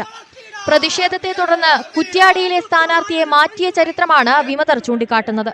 തിരുത്തലുണ്ടായില്ലെങ്കിൽ പ്രവർത്തനങ്ങളിൽ നിന്നും വിട്ടുനിൽക്കാനുള്ള ആലോചനകളും നടത്തുന്നുണ്ട്. സംഘടനാ തലത്തിലെ പ്രശ്നങ്ങൾ പരിഹരിക്കണമെന്നാവശ്യപ്പെട്ട് ജില്ലാ കമ്മിറ്റിയിൽ നിന്നും ഒഴിവാക്കപ്പെട്ട PK ദിവാകരൻ ജില്ലാ നേതൃത്വത്തിന് കത്ത് നൽകിയിരുന്നു. എന്നാൽ ജില്ലാ സെക്രട്ടറിയുടെ സാന്നിധ്യത്തിൽ വടകരയിൽ നടന്ന ഏരിയ കമ്മിറ്റി യോഗം ഇക്കാര്യത്തിൽ കാര്യമായ തീരുമാനങ്ങളിലേക്ക് കടന്നില്ല. പ്രതിഷേധങ്ങൾ കണക്കിലെടുത്ത് ജില്ലാ കമ്മിറ്റിയുടെ ഘടനയിൽ മാറ്റം വരുത്തേണ്ടതില്ലെന്നുമാണ് തീരുമാനം. ന്യൂസ് 18 കോഴിക്കോട്. കഞ്ചിക്കോട്ടെ ബ്രൂവറി അനുമതിയുമൊക്കെ വലിയ വിവാദങ്ങളുമൊക്കെ ആയി നിറയുന്ന സമയമാണ്. അങ്ങനെ ബ്രൂവറി എന്ന് പറയുന്ന വാക്ക് തന്നെ വലിയ വിവാദങ്ങൾ സൃഷ്ടിക്കുമ്പോൾ 7 വർഷങ്ങൾക്ക് മുൻപ് അടച്ചുപൂട്ടിയ ആലപ്പുഴ ചേർത്തലയിലെ മദ്യനിർമ്മാണശാല വീണ്ടും ചർച്ചയിലേക്ക് വരികയാണ്. ഉൽപാദന ചെലവ് കൂടുതലാണെന്ന് ചൂണ്ടിക്കാണിച്ച് 2015 മുതൽ ഈ സ്ഥാപനം ഘട്ടം ഘട്ടമായി പൂട്ടുകയായിരുന്നു. ഒരു കാലത്ത് സംസ്ഥാനത്ത് ഉപയോഗിച്ച മദ്യത്തിന്റെ 50% ഉൽപ്പാദിപ്പിച്ചത് ചേർത്തല വാരനാട്ടുള്ള മെക്ടോവൽ കമ്പനിയിലായിരുന്നു. 1959 അന്നത്തെ എക്സൈസ് മന്ത്രി KR ഗൗരിയമ്മയാണ് ഈ മദ്യനിർമ്മാണശാലയ്ക്ക് തറക്കല്ലിട്ടത്. രാജ്യത്തെ പ്രധാന മദ്യവ്യവസായി വിത്തൻ മില്ലയുടേതായിരുന്നു സ്ഥാപനം. പിന്നീട് മകൻ വിജയമല്യ ഏറ്റെടുത്തു. വിജയിയാണ് സ്ഥാപനം ബ്രിട്ടീഷ് കമ്പനിക്ക് കൈമാറുന്നത്. പ്രതിമാസം 3 ലക്ഷം മുതൽ 5 ലക്ഷം വരെ കേസ് മദ്യവും 1.5 ലക്ഷം കേസ് ബിയറും ഇവിടെ ഉൽപ്പാദിപ്പിച്ചിരുന്നു. ഉൽപാദന ചെലവ് ഉയർന്നതും തൊഴിലാളി പ്രശ്നങ്ങളും അവസാന ഉടമയായ ഡിയാജിയോ കമ്പനിയുടെ പ്രവർത്തനം നിർത്തിവെക്കാൻ കാരണമായി. ഉൽപാദനം നിലച്ചെങ്കിലും 99 വർഷത്തേക്ക് പാട്ടത്തിന് നൽകിയ ഭൂമി തിരിച്ചെടുക്കാൻ കഴിയാത്തതിനാൽ മറ്റൊന്നും ഇവിടെ നടക്കുന്നില്ല. 1000-ലധികം പേർക്ക് നേരിട്ടും 500 പേർക്ക് പരോക്ഷമായും കമ്പനിയിൽ നിന്ന് തൊഴിൽ ലഭിച്ചിരുന്നു. വാരനാട് എന്നൊരു പ്രദേശത്തെ, കണ്ണൂർ പഞ്ചായത്തിലെ വാരനാട് എന്ന പ്രദേശത്തെ വലിയൊരു വരുമാന സ്രോതസ്സായിരുന്നു ഈ നാട്ടിലെ ജനങ്ങൾക്ക് ഈ കമ്പനി എന്ന് പറയുന്നത്. കാര്യം അത്രയധികം ജനങ്ങളെ സ്വാധീനിച്ചൊരു കമ്പനിയായിരുന്നത്. കാര്യം ഇവിടെ വലിയ തരത്തിൽ തൊഴിലാളികൾക്ക് ജോലി ചെയ്യാൻ കഴിഞ്ഞിരുന്നു. ഈ കമ്പനിയെ സംബന്ധിച്ച് പറഞ്ഞാൽ സർക്കാർ വക പാട്ടഭൂമിയിൽ പ്രവർത്തിക്കുന്ന കമ്പനിയാണ്. 18 ഏക്കറോളം വന്ന സർക്കാർ പാട്ടഭൂമിയിൽ പ്രവർത്തിക്കുന്ന കമ്പനി മദ്യവ്യവസായം തുടങ്ങുന്നതിന് വേണ്ടി മാത്രം അനുവദിച്ചൊരു സ്ഥലമാണ്. ഇത് മദ്യവ്യവസായം നടത്തിയില്ലെങ്കിൽ ഈ കമ്പനി ഈ സ്ഥലം സർക്കാർ തിരിച്ചു നൽകണം എന്നൊരു പാട്ടക്കറ വ്യവസ്ഥ കൂടിയുണ്ട്. സ്ഥിരം ജീവനക്കാരെയെല്ലാം ആനുകൂല്യങ്ങൾ നൽകിയാണ് പിരിച്ചുവിട്ടത്. ഇപ്പോൾ 18 ഏക്കറും കാട് കയറി കിടക്കുകയാണ്. കെട്ടിടങ്ങൾ തകർന്നു തുടങ്ങി. പുറത്ത് പ്രവർത്തിച്ചിരുന്ന അനുബന്ധ സ്ഥാപനങ്ങളും പൂട്ടി. വേലപ്പള്ളി എന്ന് പറയുന്ന സ്ഥലത്ത് വരികയാണെങ്കിൽ അവിടെ ജലത്തിന് ബുദ്ധിമുട്ടുള്ള വിവരം നമുക്ക് എല്ലാവർക്കും അറിയാവുന്ന കാര്യമാണ്. ഇവിടെ ആ ഒരു ബുദ്ധിമുട്ടില്ല. അതോടൊപ്പം തന്നെ മാലിന്യം വരുന്നത് ഇവിടെ സ്റ്റോർ ചെയ്യാൻ അതിനകത്ത് തന്നെ കൂറ്റൻ ടാങ്കുകൾ ഇവിടെ തന്നെ ഉണ്ട്. അങ്ങനെയുള്ള സൗകര്യങ്ങളെല്ലാം ഉണ്ട്. അത്യാവശ്യത്തിന് ജോലിക്കാരൊക്കെ കിട്ടാനുള്ള സൗകര്യം ഇവിടെയുണ്ട്. അതുകൊണ്ട് ഇവിടെ തുടങ്ങുന്നതായിരിക്കും എല്ലാം കൊണ്ടും നല്ലതെന്ന് എനിക്ക് തോന്നി. വരുന്ന കമ്പനികൾക്ക് കാര്യം ബിൽഡിംഗ് ഉണ്ടാക്കുന്നതിനും ജലം കിട്ടുന്നതിനും പവർ മാത്രം പുനഃസ്ഥാപിച്ചാൽ മതി. വേറെ എല്ലാ റോഡുകളും എല്ലാ ഓഫീസും എല്ലാ സൗകര്യങ്ങളുണ്ട്. സ്ഥലം ഒഴിയാൻ സർക്കാർ നോട്ടീസ് നൽകിയെങ്കിലും കമ്പനി തടസ്സവാദം ഉയർത്തിയതോടെ നിയമ നടപടികളിലേക്ക് കടന്നിരിക്കുകയാണ്. ഇവിടെ സർക്കാർ ഇടപെട്ട് മദ്യനിർമ്മാണം തുടങ്ങണമെന്നാണ് കഴിഞ്ഞ ദിവസം BDJS ആവശ്യപ്പെട്ടത്. വെള്ളത്തിന്റെ പ്രതിസന്ധി ഇല്ലാത്തതും അടിസ്ഥാന സൗകര്യങ്ങളുള്ളതും ഗുണകരമാകുമെന്നാണ് അവരുടെ വാദം. കോടികൾ മുടക്കിയ മദ്യനിർമ്മാണശാല പൂട്ടിക്കിടക്കുമ്പോഴാണ് പാലക്കാട് പുത്തൻ ഫാക്ടറിയുടെ കൂടിയാലോചനകൾ നടക്കുന്നതെന്നതാണ് ശ്രദ്ധേയം. ന്യൂസ് 18 ആലപ്പുഴ. ക്രിസ്തുമസ് പരീക്ഷാ ചോദ്യപേപ്പർ ചോർച്ചയിൽ MS സൊല്യൂഷൻസ് ഉടമ ഷുഹൈബിനെ പ്രതിക്കൂട്ടിലാക്കി ജീവനക്കാരായ അധ്യാപകരുടെ മൊഴി. ഷുഹൈബാണ് വിവാദ ചോദ്യപേപ്പർ വീഡിയോ ചിത്രീകരണത്തിനായി കൊണ്ടുവന്നതെന്ന് അധ്യാപകർ ക്രൈംബ്രാഞ്ചിന് മൊഴി നൽകി. ചോദ്യപേപ്പർ ചോർച്ചയുമായി ബന്ധപ്പെട്ട് ചോദ്യം ചെയ്യലിന് ഹാജരാകാൻ നോട്ടീസ് നൽകിയെങ്കിലും അന്വേഷണത്തോട് സഹകരിക്കാതെ ഒളിവിൽ പോയ ഫഹദ്, ജിഷ്ണു എന്നിവരെ താമസ സ്ഥലത്തു നിന്നുമാണ് ക്രൈംബ്രാഞ്ച് കസ്റ്റഡിയിലെടുത്തത്. അറസ്റ്റ് രേഖപ്പെടുത്തിയ ശേഷം നടത്തിയ ചോദ്യം ചെയ്യലിൽ ഇംഗ്ലീഷ്, കണക്ക് വിഷയങ്ങളുടെ ചോദ്യക്കടലാസുകൾ തങ്ങളാണ് യൂട്യൂബിൽ അവതരിപ്പിച്ചതെങ്കിലും ചോദ്യങ്ങളെക്കുറിച്ച് ധാരണയില്ലെന്നാണ് ആവർത്തിച്ചുള്ള ചോദ്യം ചെയ്യലിൽ ഇരുവരും വ്യക്തമാക്കുന്നത്. രാത്രിയോടെ സ്ഥാപനയുടമയായ മുഹമ്മദ് ഷുഹൈബ് എത്തിച്ച ചോദ്യങ്ങൾ അതേപടി അവതരിപ്പിക്കുകയാണ് ചെയ്തത്. ചോദ്യങ്ങളുടെ ഉറവിടത്തെക്കുറിച്ച് ഷുഹൈബിന് മാത്രമേ ധാരണയുള്ളൂവെന്നും ഇരുവരും മൊഴി നൽകി. 10ാം ക്ലാസ് ഇംഗ്ലീഷ് പരീക്ഷയുടെയും +1 കണക്ക് പരീക്ഷയുടെയും ചോദ്യങ്ങൾ മാറിയ പാറ്റേൺ അടക്കം അതേപടിയാണ് യൂട്യൂബ് ചാനലിൽ വന്നത്. വിദ്യാഭ്യാസ വകുപ്പിലെ ഉദ്യോഗസ്ഥരടക്കം സംശയമുനയിലാണ്. എന്നാൽ സ്ഥാപനയുടമയായ ഷുഹൈബിനെ ചോദ്യം ചെയ്താൽ മാത്രമേ ചോർച്ചയുടെ ഉറവിടം വെളിവാകൂ എന്നാണ് ക്രൈംബ്രാഞ്ച് പറയുന്നത്. ഹൈക്കോടതി ഷുഹൈബിന്റെ അറസ്റ്റ് തടഞ്ഞതിനാൽ അന്വേഷണം മുന്നോട്ടു പോകാനാവാത്ത അവസ്ഥയിലുമാണ്. അടുത്ത ബുധനാഴ്ച ഹർജി പരിഗണിക്കുമ്പോൾ കേസിന്റെ തൽസ്ഥിതി ഹൈക്കോടതിയെ ബോധിപ്പിച്ച് മുൻകൂർ ജാമ്യ ഹർജി തള്ളിക്കാനാവും ക്രൈംബ്രാഞ്ച് നീക്കം. ന്യൂസ് 18 കോഴിക്കോട്. അടുത്ത മുഖ്യമന്ത്രി ആരാകുമെന്നതൊക്കെ കാത്തിരുന്ന് കാണണം. പക്ഷേ രമേശ് ചെന്നിത്തല ആവട്ടെ എന്നൊരാശംസ നേർന്ന സ്വാഗത പ്രസംഗകന് കുറിക്കുകൊള്ളുന്ന മറുപടിയുമായി മുഖ്യമന്ത്രി പിണറായി വിജയൻ. തിരുവനന്തപുരം ടാഗോർ ഹാളിൽ ഇന്നലെ നടന്ന രവിപ്രഭ എന്ന പരിപാടിയിലാണ് വേദിയിലും സദസ്സിലും ഒരുപോലെ ചിരി പടർത്തിയ പ്രതികരണങ്ങൾ ഉണ്ടായത്. ഒരിക്കലും അവഗണിക്കാനാകാത്ത വലിയ ശക്തി രമേശ് ചെന്നിത്തല അവർ. അടുത്ത മുഖ്യമന്ത്രിയായിട്ട് അദ്ദേഹം വരട്ടെ എന്ന് ഞാൻ ആശംസിക്കുകയാണ്. വി.ഡി. സതീശൻ സാർ പോയോ? മുഖ്യമന്ത്രിയെ വേദിയിൽ ഇരുത്തിക്കൊണ്ടായിരുന്നു രമേശ് ചെന്നിത്തലയ്ക്കുള്ള സ്വാഗത പ്രസംഗകന്റെ ഈ ആശംസ. ഇതോടെ സദസ്സിൽ കയ്യടി ഉയർന്നു. വേദിയിൽ ഇരുന്ന അതിഥികളുടെ മുഖത്തും ചിരി പടർന്നു. പിന്നാലെ സദസ്സിനെ അഭിസംബോധന ചെയ്ത മുഖ്യമന്ത്രി സ്വാഗത പ്രസംഗകന് നൽകിയ മറുപടി ഇങ്ങനെ. ശ്രീ രവിപിള്ളിയെ കുറിച്ച് പറയുന്നതിന് മുൻപ് നമ്മുടെ സ്വാഗത പ്രാസംഗിനെ കുറിച്ചൊരു വാചകം പറഞ്ഞില്ലെങ്കിൽ അതൊരു മോശമായി തീരുമാനം എനിക്ക് തോന്നുന്നു. അദ്ദേഹം രാഷ്ട്രീയമൊന്നും പറയുന്നില്ല എന്ന് പറഞ്ഞു. പക്ഷെ ഒരു പാർട്ടിക്കകത്ത് വലിയ പ്രശ്നങ്ങൾ ഉണ്ടാക്കുന്ന ഒരു വലിയ ഫോർവേഡ് അദ്ദേഹം. ഞാൻ ആ പാർട്ടിക്കാരനല്ല എന്ന് നിങ്ങൾക്ക് എല്ലാവർക്കും അറിയാമല്ലോ. എന്നാലും അങ്ങനെ ഒരു കൊടുംചതി ചെയ്യാൻ പാടില്ലായിരുന്നു എനിക്ക് അദ്ദേഹത്തോട് സ്നേഹപൂർവ്വം നിർദ്ദേശിക്കാറുള്ളത്. പത്മശ്രീ രവിപിള്ളയെ ആദരിക്കാൻ സംസ്ഥാന സർക്കാരിന്റെ നേതൃത്വത്തിൽ സംഘടിപ്പിച്ച രവിപ്രഭ പരിപാടിയിലാണ് സംഭവം. സ്വാഗത പ്രസംഗത്തിനെത്തിയ സംഘാടക സമിതി ജനറൽ കൺവീനർ ജി രാജ്മോഹനായിരുന്നു രമേശ് ചെന്നിത്തലയ്ക്ക് അടുത്ത മുഖ്യമന്ത്രിയാകാനുള്ള ഭാഗ്യമുണ്ടാകട്ടെ എന്ന് പരാമർശിച്ചത്. ഒപ്പം സദസ്സിലേക്ക് നോക്കി VD സതീശൻ സാർ എവിടെ എന്നൊരു ചോദ്യവും. ഗോവ ഗവർണർ PS ശ്രീധരൻപിള്ള, നടൻ മോഹൻലാൽ, മറ്റ് ജനപ്രതിനിധികൾ തുടങ്ങി നിരവധി പ്രമുഖർ ചടങ്ങിൽ പങ്കെടുത്തു. ന്യൂസ് 18 തിരുവനന്തപുരം. മുഖത്തടിച്ച CIക്കെതിരെ ഓട്ടോ ഡ്രൈവർ പരാതി നൽകിയിട്ടും DYSP നടപടിയെടുക്കുന്നില്ലെന്ന് പരാതി. ഇടുക്കി കൂട്ടാറിലെ മുരളീധരനാണ് പരാതി നൽകിയത്. ഡിസംബർ 31 ന്യൂ ഇയർ ആഘോഷത്തിനിടെയാണ് മുരളീധരന് നേരെ അതിക്രമമുണ്ടായത്. പരിക്കേറ്റ മുരളീധരന്റെ ആശുപത്രി ചെലവ് വഹിക്കാമെന്ന് ഉറപ്പു നൽകി പോലീസ് ഉദ്യോഗസ്ഥർ ഒത്തുതീർപ്പിന് ശ്രമിച്ചു. അന്ന് CI മർദ്ദിക്കുന്നതിന്റെ ദൃശ്യങ്ങൾ ഇപ്പോൾ പുറത്തുവരികയാണ്. പ്രിൻസ് ജെയിംസ് വിവരങ്ങളുമായി. പ്രിൻസ്, കഴിഞ്ഞ ദിവസം, അതായത് ഇന്നലെ പത്തനംതിട്ടയിൽ നിന്ന് ഈ പോലീസ് അതിക്രമത്തിന്റെ ഒരു വാർത്തയൊക്കെ വന്നിരിക്കുന്ന ഒരു സമയമാണ്. അപ്പോഴാണ് ഈ തരത്തിൽ CI ന്യൂ ഇയർ ആഘോഷത്തിനിടെ, അപ്പോൾ ഇന്നിപ്പോൾ ഇത്രയും ദിവസമായി, ഫെബ്രുവരി 6-ാം തീയതിയായി, ഇതുവരെയും ഒരു നടപടിയും എടുത്തില്ല എന്ന് ഈ ഓട്ടോ ഡ്രൈവർ പരാതി പറയുന്നത്. എന്തായിരുന്നു സംഭവം? എന്താണ് നമുക്ക് ഈ ദൃശ്യങ്ങളിൽ നിന്ന് മനസ്സിലാവേണ്ടത്? യാതൊരു പ്രകോപനവുമില്ലാതെ കൂട്ടാർ വെച്ച് ഇവിടുത്തെ ഒരു ഓട്ടോറിക്ഷ ഡ്രൈവർക്ക് നേരെ CI മർദ്ദിക്കുന്ന രംഗങ്ങളാണ് ഇപ്പോൾ പുറത്തു വന്നിരിക്കുന്നത്. വലിയ പ്രകോപനമൊന്നുമില്ലാതെയാണ് ഈ സംഭവം ഉണ്ടായിരിക്കുന്നത്. ന്യൂ ഇയർ ആഘോഷത്തിനായി യുവാക്കൾ കൂട്ട ജംഗ്ഷനിൽ നിൽക്കുകയായിരുന്നു. ഈ സമയത്ത് ഇവരിൽ ചിലർ പടക്കം പൊട്ടിക്കുന്നുണ്ടായിരുന്നു. ഈ സമയത്തേക്ക് കമ്പമട്ട് പോലീസ് ഈ സംഭവസ്ഥലത്തെത്തുകയും ഇവരോട് കയർക്കുകയും ചെയ്തു. ഒപ്പം ബഹളം വയ്ക്കുകയും ചെയ്തു. ഇവരോടൊപ്പം ഉണ്ടായിരുന്ന ഓട്ടോ ഡ്രൈവറെയാണ് CI മർദ്ദിച്ചത്.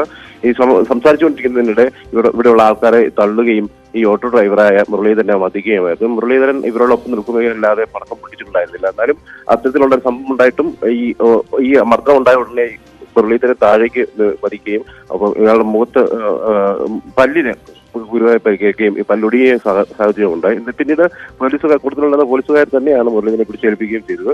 എന്നാലും ഈ സംഭവത്തെ തുടർന്ന് ഈ ആവശ്യമായ ചികിത്സാ ചെലവുകൾ വഹിക്കാമെന്ന് സംബന്ധപ്പെട്ട പോലീസ് ഉറപ്പ് നൽകിയത്. ഇതുകൊണ്ടാണ് മുരളീധരൻ തുടർന്ന് പരാതി നൽകാൻ വൈകിയത്. എന്നാൽ ഇത്തരത്തിലൊരു നടപടി ഉണ്ടായില്ല. ആശുപത്രി ചെലവുകളൊന്നും വഹിക്കാൻ പോലീസ് തയ്യാറായില്ല.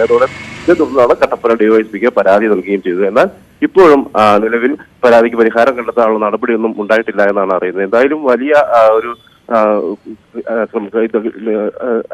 നിലപാടാണ് പോലീസിന്റെ ഭാഗത്തു നിന്നുണ്ടായത്. യാതൊരു പ്രകോപനമില്ലാതെ മർദ്ദിക്കുകയും വളരെ ആംഗുലതയിലേക്ക് ചെല്ലുകയും അവരെല്ലാം മോശമായി പെരുമാറുന്ന ഒരു സാഹചര്യം ഉണ്ടാകുകയും ആളുകളെയൊക്കെ മർദ്ദിക്കുന്ന സാഹചര്യമാണ് ഈ ഉണ്ടായത്. പ്രത്യേകിച്ച് പത്തനംതിട്ടയിലുണ്ടായ സംഭവത്തോട് സമാനമായ സാഹചര്യത്തിലാണ് ഈ കൂട്ടാറിലും ഈ സംഭവം നടക്കുന്നത്.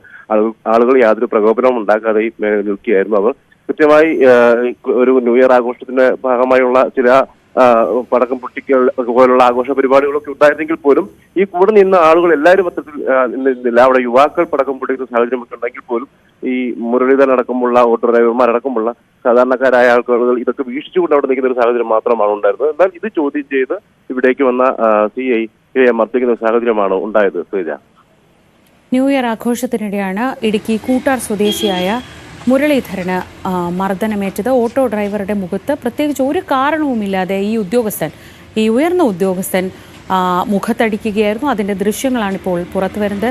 ഇത്ര ദിവസമായിട്ടും ഈ സംഭവം നടന്നത് ഇത്ര ദിവസമായിട്ടും 31/6 എന്ന് പറയുമ്പോൾ 37 ദിവസങ്ങൾ കഴിഞ്ഞിട്ടും ഇതിൽ യാതൊരു നടപടിയും ഉണ്ടായിട്ടില്ല.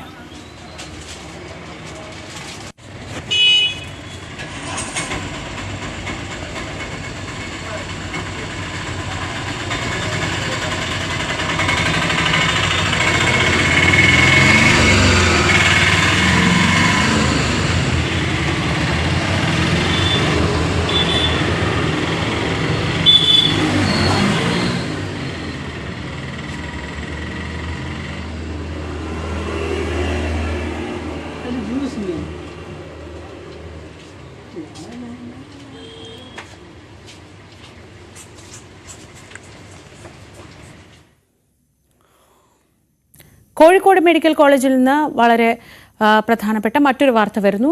മെഡിക്കൽ കോളേജിലെ നടന്ന റാഗിംഗ് സംഭവത്തിൽ 11 MBBS വിദ്യാർത്ഥികൾക്ക് സസ്പെൻഷൻ. പ്രിൻസിപ്പൽ നിയോഗിച്ച 5 അംഗ അന്വേഷണ സമിതിയുടെ റിപ്പോർട്ടിലാണ് നടപടി. കോളേജ് ഹോസ്റ്റലിൽ വെച്ച് ജൂനിയർ വിദ്യാർത്ഥികളെ റാഗ് ചെയ്തെന്നാണ് പരാതി. MS അനീഷ് കുമാർ വിവരങ്ങളുമായി. അനീഷ്, ഇപ്പോൾ അന്വേഷണ സമിതിയുടെ റിപ്പോർട്ടിലാണ് ഈ നടപടി ഉണ്ടായതെന്ന് അറിയുന്നു. എപ്പോഴാണ് ഈ സംഭവം നടന്നത്? എന്താണ് ഇതേക്കുറിച്ച് നമുക്ക് ലഭിക്കുന്ന വിവരങ്ങൾ?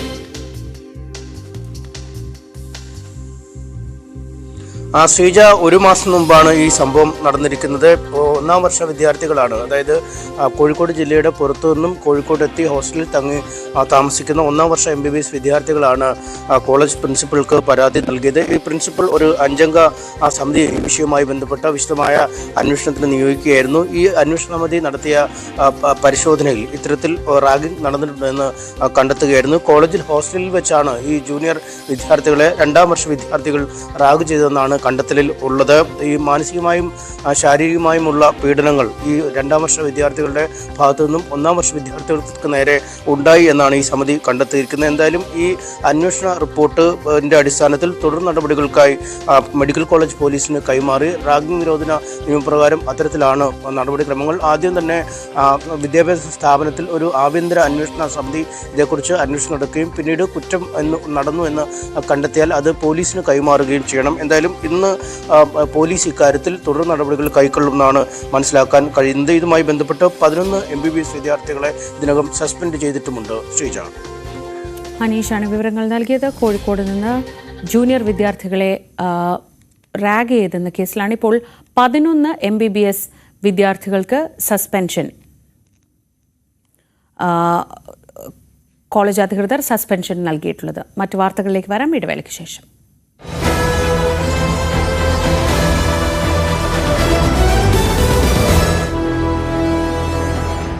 കമ്മീഷനുമായി ബന്ധപ്പെട്ട് വലിയ പരാതികൾ ആം ആദ്മി പാർട്ടിക്ക് ഉണ്ടായിരുന്നു എന്നുള്ളത് വാസ്തവമാണ്. പ്രത്യേകിച്ച് അരവിന്ദ് കെജ്രിവാൾ പല വിഷയങ്ങളും, അതിപ്പോൾ യമുന വിഷയമായിക്കോട്ടെ, അതിനുശേഷം ആം ആദ്മി പാർട്ടി പ്രവർത്തകർക്കെതിരായ അതിക്രമം, ആ വിഷയങ്ങളിലൊക്കെ തന്നെ കമ്മീഷനുമായി നേർക്കുനേർ ഏറ്റുമുട്ടുന്ന ഒരു സാഹചര്യം പോലും ഉണ്ടായി. അതായത് രാജീവ് കുമാർ, മുഖ്യ തെരഞ്ഞെടുപ്പ് കമ്മീഷണർ, BJPക്ക് വേണ്ടി അദ്ദേഹം അടുത്ത മാസം വിരമിക്കുകയാണ്. അപ്പോൾ ഏത് പദവിയാണെന്ന തരത്തിലേക്ക് അരവിന്ദ് കെജ്രിവാൾ ചോദിക്കുന്ന സാഹചര്യം വരെ ഉണ്ടായി. ഇന്ന് ഏറ്റവും ഒടുവിൽ ഇന്ന് പോലും ഈ വോട്ടിംഗ് ദിനത്തിൽ പോലും വലിയ ആരോപണം ഉണ്ടായത് പോലീസിനെതിരെയാണ്. അതായത് പോലീസ് ഈ ഇലക്ഷൻ അട്ടിമറിക്കാൻ ശ്രമിക്കുന്നെന്ന വലിയ പരാതി ഉണ്ടായി. തുറന്ന് പോലീസ് തന്നെ ഇക്കാര്യം പരിശോധിക്കുമെന്ന് അറിയിക്കുകയും ചെയ്തു. അങ്ങനെ വലിയ രീതിയിലുള്ള ഒരു പരാതിയും ഒക്കെ തന്നെ വിവാദങ്ങളും ഒക്കെ തന്നെ കടന്നുപോയൊരു തെരഞ്ഞെടുപ്പാണ് ഇത്തവണത്തേത് എന്ന കാര്യത്തിൽ യാതൊരു സംശയവുമില്ല. അതിൽ തന്നെ ആം ആദ്മി പാർട്ടി പ്രത്യേകിച്ച് ഈ തെരഞ്ഞെടുപ്പിനെ അല്ലെങ്കിൽ വോട്ടിംഗ് സംവിധാനത്തെ തന്നെ ദുർബലപ്പെടുത്തുന്ന ഒരു നിലയിലേക്ക് കാര്യങ്ങളെ കൊണ്ടെത്തിക്കുന്നു രാജീവ് കുമാർ എന്ന ഗുരുതര ആരോപണം ഉണ്ടായി. ഈ ഇലക്ഷൻ കമ്മീഷൻ ഈ വാദങ്ങളൊക്കെ തന്നെ തള്ളിക്കളയുകയും ചെയ്തിട്ടുണ്ട്. അങ്ങനെ ഒരു കമ്മീഷനും ആം ആദ്മി പാർട്ടിയും തമ്മിലൊരു ഏറ്റുമുട്ടലിലേക്ക് പലപ്പോഴും ഈ കാര്യങ്ങൾ കടന്നുപോയിട്ടുണ്ട് എന്നുള്ളത് വാസ്തവമാണ്. ഏതായാലും ഇന്നിപ്പോൾ സൂചിപ്പിച്ച കാര്യം, അതിഷിയുടെ ഓഫീസിലെ 2 ഉദ്യോഗസ്ഥരെ കസ്റ്റഡി എടുത്തു എന്ന് പറയുന്നത്, അത് പോലീസ് തന്നെ പറയുന്നത്, പോലീസ് തന്നെയാണ് ഈ പോലീസിനെ കോട്ട് ചെയ്തുകൊണ്ടാണ് ഇന്ന് ഈ വാർത്തകളൊക്കെ തന്നെ പുറത്തു വന്നത്. അതായത് ഈ 2 പേരും ഓഫീസിലെ ഉദ്യോഗസ്ഥരാണെന്ന നിലയിൽ ഡൽഹി പോലീസ് തന്നെ പറയുന്ന വാർത്തകളാണ് മാധ്യമങ്ങൾ കസ്റ്റഡി എടുത്തു. ഡൽഹി പോലീസ് തന്നെയാണ് അത്തരം. പക്ഷേ വിനോദ് പറയുന്നത്, വിനോദ് അതിനകത്ത് എന്താണ് ഇപ്പോൾ ഞങ്ങൾ റിപ്പോർട്ട് ചെയ്ത് ഡൽഹി പോലീസ് നൽകിയ വിവരം അനുസരിച്ചാണ് അല്ലെ രാജേഷ്? നേരത്തെ ചോദിച്ചിരുന്നു ആരാണ് സംസാരിച്ചതെന്ന് കൃത്യമായിട്ട് അറിയില്ല എന്ന്. ER രാഗേഷ് ആണ്, ഞങ്ങളുടെ സീനിയർ സ്പെഷ്യൽ കറസ്പോണ്ടന്റ് ആണ്. അദ്ദേഹം ഡൽഹിയിൽ കഴിഞ്ഞ ദിവസങ്ങളിൽ ഉണ്ടായിരുന്നു. ഡൽഹി പോലീസിന്റെ വിവരം അനുസരിച്ച് തന്നെയാണ് ഈ വാർത്ത കൊടുത്തിരിക്കുന്നത്. മറ്റു മാധ്യമങ്ങളും കൊടുത്തിട്ടുണ്ടെന്നാണ് എനിക്ക് തോന്നുന്നത്. പോലീസ് പറയുന്നത് സത്യമാണോ? അങ്ങനെയാണോ നമ്മൾ മനസ്സിലാക്കുന്നത്? കസ്റ്റഡിയിലാണ് അല്ലേ? ആയിക്കോട്ടെ, അത് അതിഷിയുടെ പ്രൈവറ്റ് സെക്രട്ടറി ആണെന്ന് എന്ത് തെളിവാണല്ലേ? അതിഷിയുടെ ഓഫീസുമായി ഓഫീസ് ജീവനക്കാരൻ എന്നാണ്. അല്ല, അതിന് ഓഫീസ് ജീവനക്കാരാണെന്ന് പേര് പുറത്തുവിട്ടോ? അതുമായി ബന്ധപ്പെട്ട അദ്ദേഹത്തിന്റെ രേഖകൾ പുറത്തുവിട്ടോ? അപ്പോൾ ഫേക്ക് ആണെന്നാണല്ലേ പോലീസ് നൽകുന്ന തെറ്റായ വിവരം അല്ലേ? പോലീസ് നൽകുന്ന തെറ്റായ വിവരം. എനിക്ക് പ്രൈവറ്റ് സെക്രട്ടറി ഇല്ല. അപ്പം മാധ്യമ പ്രവർത്തകരുടെ ജോലിയല്ലേ അതല്ല? അതാണ്ട് ഇന്ന രേഖ പ്രകാരം അദ്ദേഹത്തിന്റെ പ്രൈവറ്റ് സെക്രട്ടറിയാണ്. ഇപ്പൊ നമുക്ക് കേരളത്തിൽ മുഖ്യമന്ത്രി പിണറായി വിജയൻ എത്ര പ്രൈവറ്റ് സെക്രട്ടറിമാരുണ്ടെന്ന് നമ്മൾ അന്വേഷിച്ച് അറിയാൻ പറ്റില്ലേ? അങ്ങനെ ഒരു വാർത്ത ഡൽഹി പോലീസ് പറയുന്നതൊക്കെ എങ്ങനെ സത്യമാവുക? ഡൽഹി പോലീസ് ആർക്ക് വേണ്ടിയാണ് പണിയെടുക്കുന്നത്? ആരുടെ പോലീസാ? ഡൽഹി പോലീസ് പിന്നെ കേന്ദ്രത്തിന്റെ സേനയല്ലേ, അല്ലാതെ ഒരിക്കലും അരവിന്ദ് കെജ്രിവാളിന്റെ സേനയല്ലല്ലോ. ശരി, ഇപ്പോൾ ഏറ്റവും ഒടുവിൽ വന്നിരിക്കുന്ന എക്സിറ്റ് പോൾ ഫലങ്ങളിൽ ഡെയിലി റിസർച്ചിന്റെ അനുസരിച്ച് 36 മുതൽ 44 സീറ്റുകൾ വരെ BJPക്ക്, അവിടെയും BJPക്കാണ് എഡ്ജ്. 26 മുതൽ 34 സീറ്റുകൾ വരെയാണ് അവിടെ ആം ആദ്മി പാർട്ടിക്ക് നൽകുന്നത്. P മാർക്കിന്റെ അനുസരിച്ച് 39 മുതൽ 49 സീറ്റുകൾ വരെയാണ്. മാട്രിക്സ് സർവേ അനുസരിച്ച് 35 മുതൽ 40 വരെ, JVC പോൾ അനുസരിച്ച് 39 മുതൽ 45 വരെ BJPക്ക് നൽകുകയാണ്. പീപ്പിൾസ് പൾസ് 51 മുതൽ 60 വരെ. ഏറ്റവും കൂടുതൽ സീറ്റുകൾ BJPക്ക് നൽകുന്നത് പീപ്പിൾസ് പൾസ് ആണ്. 51 മുതൽ 60 സീറ്റുകൾ വരെ നേടുമെന്നാണ് പീപ്പിൾസ് പൾസിന്റെ എക്സിറ്റ് പോൾ ഫലങ്ങൾ നൽകുന്ന സൂചന. കമ്മീഷനുമായി ബന്ധപ്പെട്ട് വലിയ പരാതികൾ ആം ആദ്മി പാർട്ടിക്ക് ഉണ്ടായിരുന്നു എന്നുള്ള വാസ്തവമാണ്. പ്രത്യേകിച്ച് അരവിന്ദ് കെജ്രിവാൾ പല വിഷയങ്ങളും, അതിപ്പോൾ യമുന വിഷയമായിക്കോട്ടെ, അതിനുശേഷം ആം ആദ്മി പാർട്ടി പ്രവർത്തകർക്കെതിരായ അതിക്രമം, ആ വിഷയങ്ങളിലൊക്കെ തന്നെ കമ്മീഷനുമായി നേർക്കുനേർ ഏറ്റുമുട്ടുന്ന ഒരു സാഹചര്യം പോലും ഉണ്ടായി. അതായത് രാജീവ് കുമാർ, മുഖ്യ തെരഞ്ഞെടുപ്പ് കമ്മീഷണർ, BJPക്ക് വേണ്ടി അദ്ദേഹം അടുത്ത മാസം വിരമിക്കുകയാണ്. അപ്പോൾ ഏതു പദവിയാണെന്ന തരത്തിലേക്ക് അരവിന്ദ് കെജ്രിവാൾ ചോദിക്കുന്ന സാഹചര്യം വരെ ഉണ്ടായി. ഇന്ന് ഏറ്റവും ഒടുവിൽ ഇന്ന് പോലും ഈ വോട്ടിംഗ് ദിനത്തിൽ പോലും വലിയ ആരോപണം ഉണ്ടായത് പോലീസിനെതിരെയാണ്. അതായത് പോലീസ് ഈ ഇലക്ഷൻ അട്ടിമറിക്കാൻ ശ്രമിക്കുന്ന വലിയ പരാതി ഉണ്ടായി. തുടർന്ന് പോലീസ് തന്നെ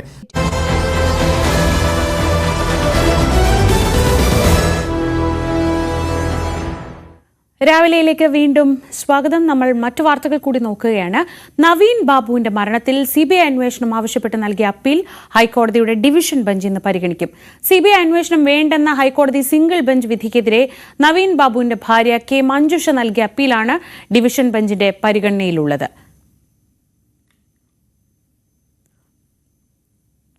ജസ്റ്റിസുമാരായ PB സുരേഷ് കുമാർ, ജോബിൻ സെബാസ്റ്റ്യൻ എന്നിവർ ഉൾപ്പെട്ട ബെഞ്ചാണ് അപ്പീൽ പരിഗണിക്കുക. അപ്പീലിൽ സംസ്ഥാന സർക്കാരും CBIയും നിലപാട് അറിയിച്ചേക്കും. വസ്തുതകൾ പരിഗണിക്കാതെയാണ് സിംഗിൾ ബെഞ്ച് വിധിയെന്നാണ് നവീൻ ബാബുവിന്റെ കുടുംബത്തിന്റെ പ്രധാന വാദം. ഹൈക്കോടതി സിംഗിൾ ബെഞ്ചിന്റെ വിധിയിൽ പിഴവുകളുണ്ട്, സംസ്ഥാന പോലീസ് നടത്തുന്ന അന്വേഷണത്തിൽ വിശ്വാസ്യതയില്ല എന്നൊക്കെയാണ് കുടുംബത്തിന്റെ പ്രധാനപ്പെട്ട വാദങ്ങൾ. മുനമ്പം ജുഡീഷ്യൽ കമ്മീഷൻ നിയമനം ചോദ്യം ചെയ്ത് നൽകിയ ഹർജിയും ഇന്ന് ഹൈക്കോടതിക്ക് മുന്നിൽ എത്തുന്നുണ്ട്. കേരള വഖഫ് സംരക്ഷണ വേദി നൽകിയ ഹർജിയാണ് ഹൈക്കോടതിയുടെ പരിഗണനയിലുള്ളത്. വഖഫ് സ്വത്തുക്കൾ ഉൾപ്പെടുന്ന ഭൂമിയിൽ ജുഡീഷ്യൽ കമ്മീഷൻ നടത്തുന്ന അന്വേഷണം തടയണമെന്നാണ് ഹർജിയിൽ ആവശ്യം. ജസ്റ്റിസ് ബെച്ചു കുര്യൻ തോമസ് അധ്യക്ഷനായ സിംഗിൾ ബെഞ്ചാണ് ഹർജി പരിഗണിക്കുന്നത്. ഹർജിയിൽ ഹൈക്കോടതി ഇന്ന് സർക്കാരിന്റെ വാദം കേൾക്കും. ജുഡീഷ്യൽ കമ്മീഷനെ നിയമിക്കാൻ സംസ്ഥാന സർക്കാരിന് എന്ത് അധികാരമെന്നായിരുന്നു നേരത്തെ ഹൈക്കോടതിയുടെ ആവർത്തിച്ചുള്ള ചോദ്യം. മുനമ്പത്തേത് വഖഫ് വസ്തുവകയല്ലെന്ന് ജുഡീഷ്യൽ കമ്മീഷന് മാത്രമേ ജുഡീഷ്യൽ കമ്മീഷന് കണ്ടെത്താനാകുമോ എന്നും ഹൈക്കോടതി ചോദിച്ചിരുന്നു. ഹൈക്കോടതിയുടെ ചോദ്യങ്ങൾക്ക് അഡ്വക്കേറ്റ് ജനറൽ ഇന്ന് മറുപടി നൽകും. ഗുരുവായൂർ ദേവസ്വത്തിന്റെ സാമ്പത്തിക ഇടപാടുകളിൽ വൻ ക്രമക്കേടുണ്ടെന്ന സംസ്ഥാന ഓഡിറ്റ് വിഭാഗത്തിന്റെ റിപ്പോർട്ടിൽ ഹൈക്കോടതി വിശദീകരണം തേടി. 2 ആഴ്ചയ്ക്കുള്ളിൽ വിശദീകരണം നൽകാനാണ് ഗുരുവായൂർ ദേവസ്വത്തിന് നിർദ്ദേശം. സ്വർണം, വെള്ളി, ലോക്കറ്റ് വിൽപ്പനയിൽ ലഭിച്ച തുകയിൽ 27 ലക്ഷം രൂപയുടെ കുറവ് കണ്ടെത്തിയതായി ഓഡിറ്റ് വിഭാഗം സമർപ്പിച്ച സത്യവാങ്മൂലത്തിൽ വ്യക്തമാക്കിയിട്ടുണ്ട്. 2019 മുതൽ 2022 വരെയുള്ള കാലയളവിലാണ് തിരിമറി. ബാങ്ക് നൽകുന്ന ക്രെഡിറ്റ് സ്ലിപ്പും അക്കൗണ്ടിലെത്തിയ തുകയും തമ്മിലാണ് 27 ലക്ഷത്തിലധികം രൂപയുടെ വ്യത്യാസം. CCTV സ്ഥാപിച്ച വകയിൽ കരാറുകാരന് തുക നൽകിയതിലും നഷ്ടമുണ്ടായിട്ടുണ്ട്. നഷ്ടം വരുത്തിയ തുക ഉദ്യോഗസ്ഥരിൽ നിന്ന് ഈടാക്കണമെന്ന് ആവശ്യപ്പെട്ടിരുന്നു എന്നും ഓഡിറ്റ് വിഭാഗം കഴിഞ്ഞ വർഷം മെയ്യിൽ സമർപ്പിച്ച സത്യവാങ്മൂലത്തിൽ വ്യക്തമാക്കിയിട്ടുണ്ട്. ഇടുക്കി ജില്ലാ ആസ്ഥാനത്ത് നിന്ന് കോട്ടയം, എറണാകുളം ജില്ലകളിലേക്ക് കുറഞ്ഞ ദൂരത്തിൽ എത്താൻ കഴിയുന്ന ഒരു റോഡുണ്ട്. ഇടുക്കി ഉടുമ്പന്നൂർ തൊടുപുഴ പാതയാണിത്. 7 പതിറ്റാണ്ടിന് മുൻപ് ഹൈറേഞ്ചിലെ കാർഷിക കുടിയേറ്റത്തിനൊക്കെ സാക്ഷ്യം വഹിച്ച ഈ പരമ്പരാഗത പാത ഇപ്പോഴും പക്ഷേ യാത്രാ യോഗ്യമല്ല. വനം വകുപ്പിന്റെ അനുമതി കിട്ടുന്നില്ല എന്ന പതിവ് ന്യായങ്ങളാണ് രാഷ്ട്രീയ നേതാക്കൾ കഴിഞ്ഞ കുറേ കാലമായി പറഞ്ഞുകൊണ്ടിരിക്കുന്നത്. ജില്ലാസ്ഥാന മേഖലയിൽ നിന്നും ഏറ്റവും എളുപ്പം തൊടുപുഴയിലേക്ക് എത്താവുന്ന വഴിയാണ് ഇടുക്കി ഉടുമ്പന്നൂർ റോഡ്. കാലങ്ങളായിട്ടുള്ള ജനങ്ങളുടെ ആഗ്രഹവും അഭിലാഷവുമാണ് ഈ റോഡിന്റെ പൂർത്തീകരണം. ഇത് സംബന്ധിച്ച് നിരവധി പ്രഖ്യാപനങ്ങളാണ് ഇതിനോടകം കേന്ദ്ര സംസ്ഥാന ഗവൺമെന്റുകളും അതിന്റെ പ്രതിനിധികളുമൊക്കെ ഇത് പൊതുസമൂഹത്തിലേക്ക് അറിയിച്ചിട്ടുള്ളത്. വർഷങ്ങളായി തുടരുന്ന ഈ റോഡിന്റെ അനാസ്ഥയ്ക്കെതിരെയാണ് ഇപ്പോൾ ഈ നാട്ടുകാരുടെ പ്രതിഷേധം. ഇവിടെ അതാത് തെരഞ്ഞെടുപ്പുകൾ വരുമ്പോൾ ജനപ്രതിനിധികളായിട്ട് മത്സരിക്കുന്ന ആളുകൾ വന്നിട്ട് പറയും ഇടുക്കി ഉടുമ്പന്നൂർ റോഡിന്റെ കാര്യം പൂർത്തീകരിച്ചിട്ടുണ്ട്, പൈസ അനുവദിച്ചിട്ടുണ്ട്, ടെൻഡർ നടപടികൾ പൂർത്തീകരിച്ചിട്ടുണ്ടെന്ന് പറയാൻ തുടങ്ങിയിട്ട് 10-45 വർഷമായി. ഇത് കുടിയേറ്റ മേഖലയുമാണ്. ഏറ്റവും കൂടുതൽ ടൂറിസ്റ്റുകളെ ആകർഷിക്കുന്ന മേഖലകളെയാണ് വാഴത്തുപ്പ് പഞ്ചായത്ത്. മൂന്നാർ തേക്കടി പോകാൻ തൊടുപുഴയിൽ നിന്ന് 41 കിലോമീറ്റർ കൊണ്ട് നമുക്ക് ചെറുതോണിയിലെത്താൻ പറ്റും. അത് തന്നെയല്ല, നല്ല ഒറ്റ മരം പോലും പോകാത്ത തലത്തിലേക്കാണ് ഈ റോഡിൻ്റെ കിടപ്പ്. ഒരു മരം പോലും പോകുന്നില്ല. അത് തന്നെയല്ല, ഈ കുളമാവ് ഡാമിൻ്റെ മുകളിൽ കൂടെ പോകുന്ന തടി ലോറികളും മറ്റ് കണ്ടെയ്നർ ലോറികളൊക്കെ ഒഴിവാക്കുന്നതിനും ഈ വഴി ഉപയോഗിക്കാവുന്നതാണ്. ഇപ്പോൾ ജില്ലാ ആസ്ഥാനത്ത് ഇടുക്കി കേന്ദ്രീകരിച്ചുകൊണ്ട് ജില്ലാ ആസ്ഥാനത്ത് എന്തെങ്കിലും ഒരു നാശം ഉണ്ടാകുകയാണെങ്കിൽ ഒറ്റ വഴിയുള്ളൂ നാട്ടിലേക്ക് കടക്കാൻ. എറണാകുളത്തു നിന്നായാലും കോട്ടയത്തിനായാലും പോകാൻ ഒരു സൗകര്യം കുറഞ്ഞ ചിലവ് കൊണ്ട് കിലോമീറ്റർ കൊണ്ട് എത്താൻ പറ്റും. ഈ തവണയുടെ ഇത് നടന്നില്ലെങ്കിൽ ഞങ്ങൾ നാട്ടുകാരെല്ലാവരും കൂടെ വാഴത്തൂർ പഞ്ചായത്തിലുള്ള എല്ലാ നാട്ടുകാരും കൂടെ ഒന്നിച്ച് നിന്നുകൊണ്ട് വോട്ട് ബഹിഷ്കരിക്കാൻ വേണ്ടിയിട്ട് ഒരു തീരുമാനത്തിലേക്ക് വരുന്നുണ്ട്. അപ്പോൾ ഞങ്ങൾ റോഷിനെ കണ്ടപ്പോൾ പറഞ്ഞു വനംവകുപ്പിൻ്റെ തടസ്സം മാത്രമേ ഉള്ളൂ, കോതമംഗലം DFOയുടെ പേപ്പറിൻ്റെ നീക്കാത്തത് കൊണ്ടാണ് ഇതിൻ്റെ നടപടിക്രമങ്ങൾ പൂർത്തിയാകാതെ. ഫണ്ടുണ്ട്, ടെൻഡർ ആയിട്ടുണ്ട്. ഈ കോതമംഗലം DFOനെ കണ്ടെങ്കിൽ മാത്രമാണ് ഈ ഫോറസ്റ്റ് ഡിപ്പാർട്ട്മെന്റിൽ നിന്നുള്ള തടസ്സം നീക്കുള്ളൂ എന്നാണ് പറയുന്നത്. അപ്പോൾ ആ റോഡിൻ്റെ ഗവൺമെൻറ് ഭാഗത്തായിരിക്കും ചിലപ്പോൾ തടസ്സം, ഫോറസ്റ്റിൻ്റെ ഭാഗത്താണെന്ന് പറയുന്നു. ഫോറസ്റ്റുകാരോട് ചോദിക്കുമ്പോൾ അവർ പറയുന്നത് ഞങ്ങളുടെ അല്ല പ്രശ്നം, ഗവൺമെൻറ്റാണ് അതിന് പേപ്പർ കാര്യങ്ങളൊക്കെ ചെയ്യുന്നത്. കഴിഞ്ഞ പ്രാവശ്യം ഒരു ഉദ്യോഗസ്ഥനോട് വന്നപ്പോൾ ഞങ്ങൾ ചോദിച്ചപ്പോൾ പുള്ളിയാതാണ് പറഞ്ഞത്. ഇടുക്കി ഉടുമ്പന്നൂർ റോഡിൻ്റെ ആവശ്യകതയാണ് ഇവിടെ ജനങ്ങൾ സൂചിപ്പിക്കുന്നത്. സാങ്കേതികമായിട്ടുള്ള വിഷയങ്ങൾ പരിഹരിക്കേണ്ടത് സാധാരണ ജനങ്ങളല്ല, അതിന് അധികൃതരുടെ കൃത്യമായിട്ടുള്ള ഇടപെടലും അതുപോലെ തന്നെ അവരുടെ ആർജവത്വവും ഒക്കെയാണ് വേണ്ടത്. എന്തായാലും അധികൃതർ ഇടപെട്ട് ഈ പ്രശ്നം പരിഹരിച്ച് ഈ റോഡ് യാഥാർത്ഥ്യമാക്കണമെന്നാണ് ഇവിടുത്തെ നാട്ടുകാരുടെ ആവശ്യം. ഇടുക്കി ഉടുമ്പന്നൂർ റോഡിൽ നിന്നും VK സ്റ്റാലിൻ, ന്യൂസ് 18. വൈക്കം താലൂക്ക് ആശുപത്രിയിൽ മെഴുകുതിരി വെളിച്ചത്തിൽ തലയിൽ തുന്നലിട്ട ജീവനക്കാരന് സസ്പെൻഷൻ. നഴ്സിംഗ് അസിസ്റ്റന്റ് VC ജയനെതിരെയാണ് നടപടി. ശ്രീജിത്ത് വിവരങ്ങളുമായി. ശ്രീജിത്ത്, എപ്പോഴായിരുന്നു സംഭവം? എന്താണ് ഈ ഇങ്ങനെ വെളിച്ചമില്ലാതെ ഇങ്ങനൊരു കാര്യം ചെയ്യാനുള്ള കാരണമായി പറയുന്നത്?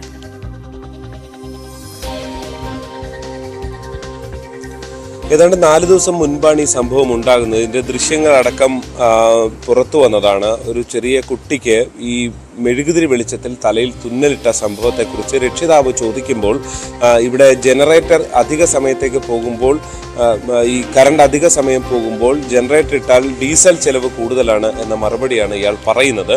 ഇതിനെതിരെ അന്ന് തന്നെ മന്ത്രിമാരുൾപ്പെടെയുള്ളവർ രംഗത്ത് വന്നതാണ്. ഫലത്തിൽ ഇക്കാര്യത്തിൽ ആരോഗ്യവകുപ്പ് തലത്തിൽ അന്വേഷണം നടത്തിയാണ് ഇപ്പോൾ ഒരു നടപടി എടുത്തിരിക്കുന്നത്. അതായത് അന്ന് കറണ്ട് പോകും എന്നുള്ള അറിയിപ്പ് നേരത്തെ തന്നെ നൽകിയിരുന്നതാണ്. അതേസമയം തന്നെ ജനറേറ്റർ ഉണ്ടായിരുന്നതുമാണ്. ഈ ജനറേറ്റർ പ്രവർത്തിപ്പിക്കരുത് എന്നൊരു നിർദ്ദേശം നൽകിയിട്ടില്ല. മാത്രമല്ല ഇയാൾ ഈ നൽകിയ വിശദീകരണം ഫലത്തിൽ ഈ ആരോഗ്യവകുപ്പിന് കൂടി അവമതിപ്പ് ഉണ്ടാക്കുന്നതാണ് എന്ന വിലയിരുത്തലിന്റെ കൂടി അടിസ്ഥാനത്തിലാണ് ഒരു അച്ചടക്ക നടപടിയിലേക്ക് പോയിരിക്കുന്നത്. അതേസമയം തന്നെ ആശുപത്രിയുടെ ഭാഗത്തു നിന്ന് ചില ന്യായീകരണങ്ങളായിരുന്നു ആദ്യഘട്ടത്തിൽ വന്നിരുന്നത്. ഈ 4:30 സമയത്ത്, വൈകുന്നേരം 4:30 സമയത്താണ് ഇതുണ്ടാകുന്നത്, മതിയായ വെളിച്ചമുണ്ടായിരുന്നു എന്നൊക്കെയായിരുന്നു RMOയും മറ്റും വിശദീകരിച്ചിരുന്നത്. പക്ഷെ അത് ആ ദൃശ്യങ്ങളിൽ തന്നെ വ്യക്തമാണ് അവിടെ എത്രത്തോളം ഇരുട്ടുണ്ടായിരുന്നു എന്നുള്ളത്. ഫലത്തിൽ ഈ വാദങ്ങൾ, വീഴ്ച വന്നില്ല എന്ന വാദമായിരുന്നു ആശുപത്രിയുടെ ഭാഗത്ത് നിന്ന് ഉണ്ടായിരുന്നത്. പക്ഷെ അതിനെ ആരോഗ്യവകുപ്പ് അംഗീകരിച്ചില്ല എന്നതാണ് ഈ നടപടിയിലൂടെ വ്യക്തമാകുന്നത്. എന്തായാലും നഴ്സിംഗ് അസിസ്റ്റന്റ് ആണ് VC ജയൻ. ഇയാളെ ഇപ്പോൾ സസ്പെൻഡ് ചെയ്തിരിക്കുകയാണ്. ശ്രീജിത്താണ് വിവരങ്ങൾ നൽകിയത് കോട്ടയത്ത് നിന്ന്. ഇനി ഇന്നത്തെ ദിവസം സംഭവിക്കാനിരിക്കുന്ന പ്രധാനപ്പെട്ട കാര്യങ്ങൾ ഒരൊറ്റ നോട്ടത്തിൽ നോക്കി വരാം. ഇന്ന് ഇത് സംഭവിക്കും.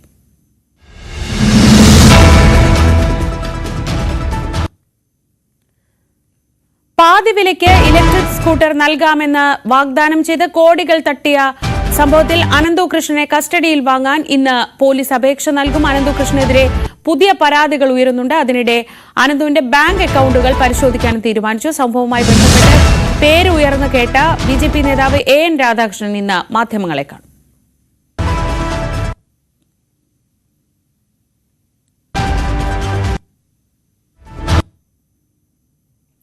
CSR ഫണ്ട് തട്ടിപ്പിൽ അനന്തകൃഷ്ണനെതിരായ കേസ് ക്രൈംബ്രാഞ്ചിന് നൽകുന്നത് സംബന്ധിച്ച് ശുപാർശയും ഇന്ന് കൈമാറും. ADGP മനോജ് എബ്രഹാം ശുപാർശ ഇന്ന് സംസ്ഥാന പോലീസ് മേധാവിക്ക് കൈമാറും.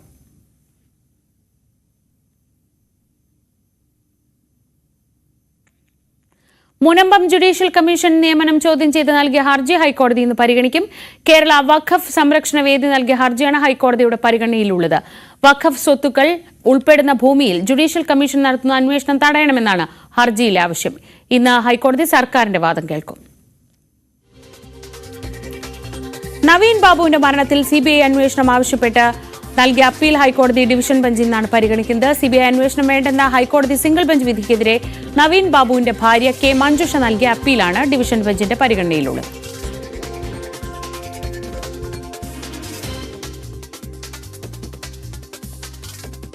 മുക്കത്ത് ഹോട്ടൽ ജീവനക്കാരിയെ പീഡിപ്പിക്കാൻ ശ്രമിച്ച കേസിൽ അന്വേഷണം തുടരുന്നു. ലോഡ്ജ് ഉടമ ദേവദാസിനുമായി ഇന്നും തെളിവെടുപ്പിന് സാധ്യത. അന്വേഷണത്തിൽ പാളിച്ച ഉണ്ടായിട്ടില്ലെന്നാണ് പോലീസിന്റെ നിലപാട്.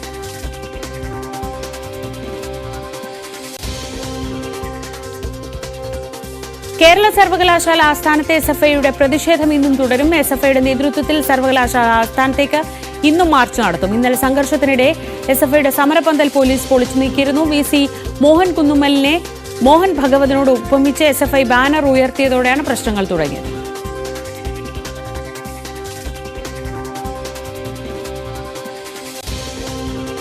ഇന്ത്യ ഇംഗ്ലണ്ട് ഏകദിന പരമ്പരയ്ക്ക് ഇന്ന് തുടക്കം. നാഗ്പൂരിൽ ഉച്ചയ്ക്ക് 1:30 പോരാട്ടം. T20 പരമ്പര നേടിയതിന്റെ ആത്മവിശ്വാസത്തിലാണ് ഇന്ത്യ. ഇംഗ്ലണ്ട് ഏകദിനത്തിൽ തിരിച്ചടിക്കാനാണ് കോപ്പുകൂട്ടുന്നത്. രണ്ടാം പോരാട്ടം കട്ടക്കിലും മൂന്നാം പോരാട്ടം അഹമ്മദാബാദിലും നടക്കും.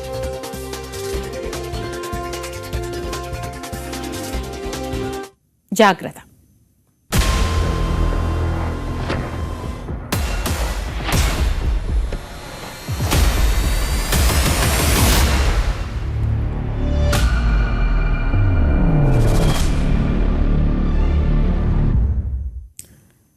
നമ്മുടെ പോലീസിന്റെ പ്രശ്നം എന്താണ് എന്ന് ഒരു ഐഡിയയും കിട്ടുന്നില്ല. ഇന്നലെ പത്തനംതിട്ടയിൽ കണ്ടത് റോഡരികിൽ നിൽക്കുകയായിരുന്ന ഒരു സംഘം ആളുകളെ ഒരു കാരണവുമില്ലാതെ പോലീസ് ഉദ്യോഗസ്ഥൻ ഒരു SI ചെന്ന് മർദ്ദിക്കുന്നതായിരുന്നു.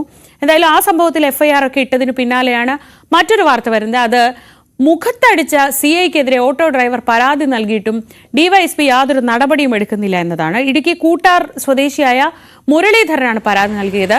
ഡിസംബർ 31 മുരളീധരന് നേരെ അതിക്രമം.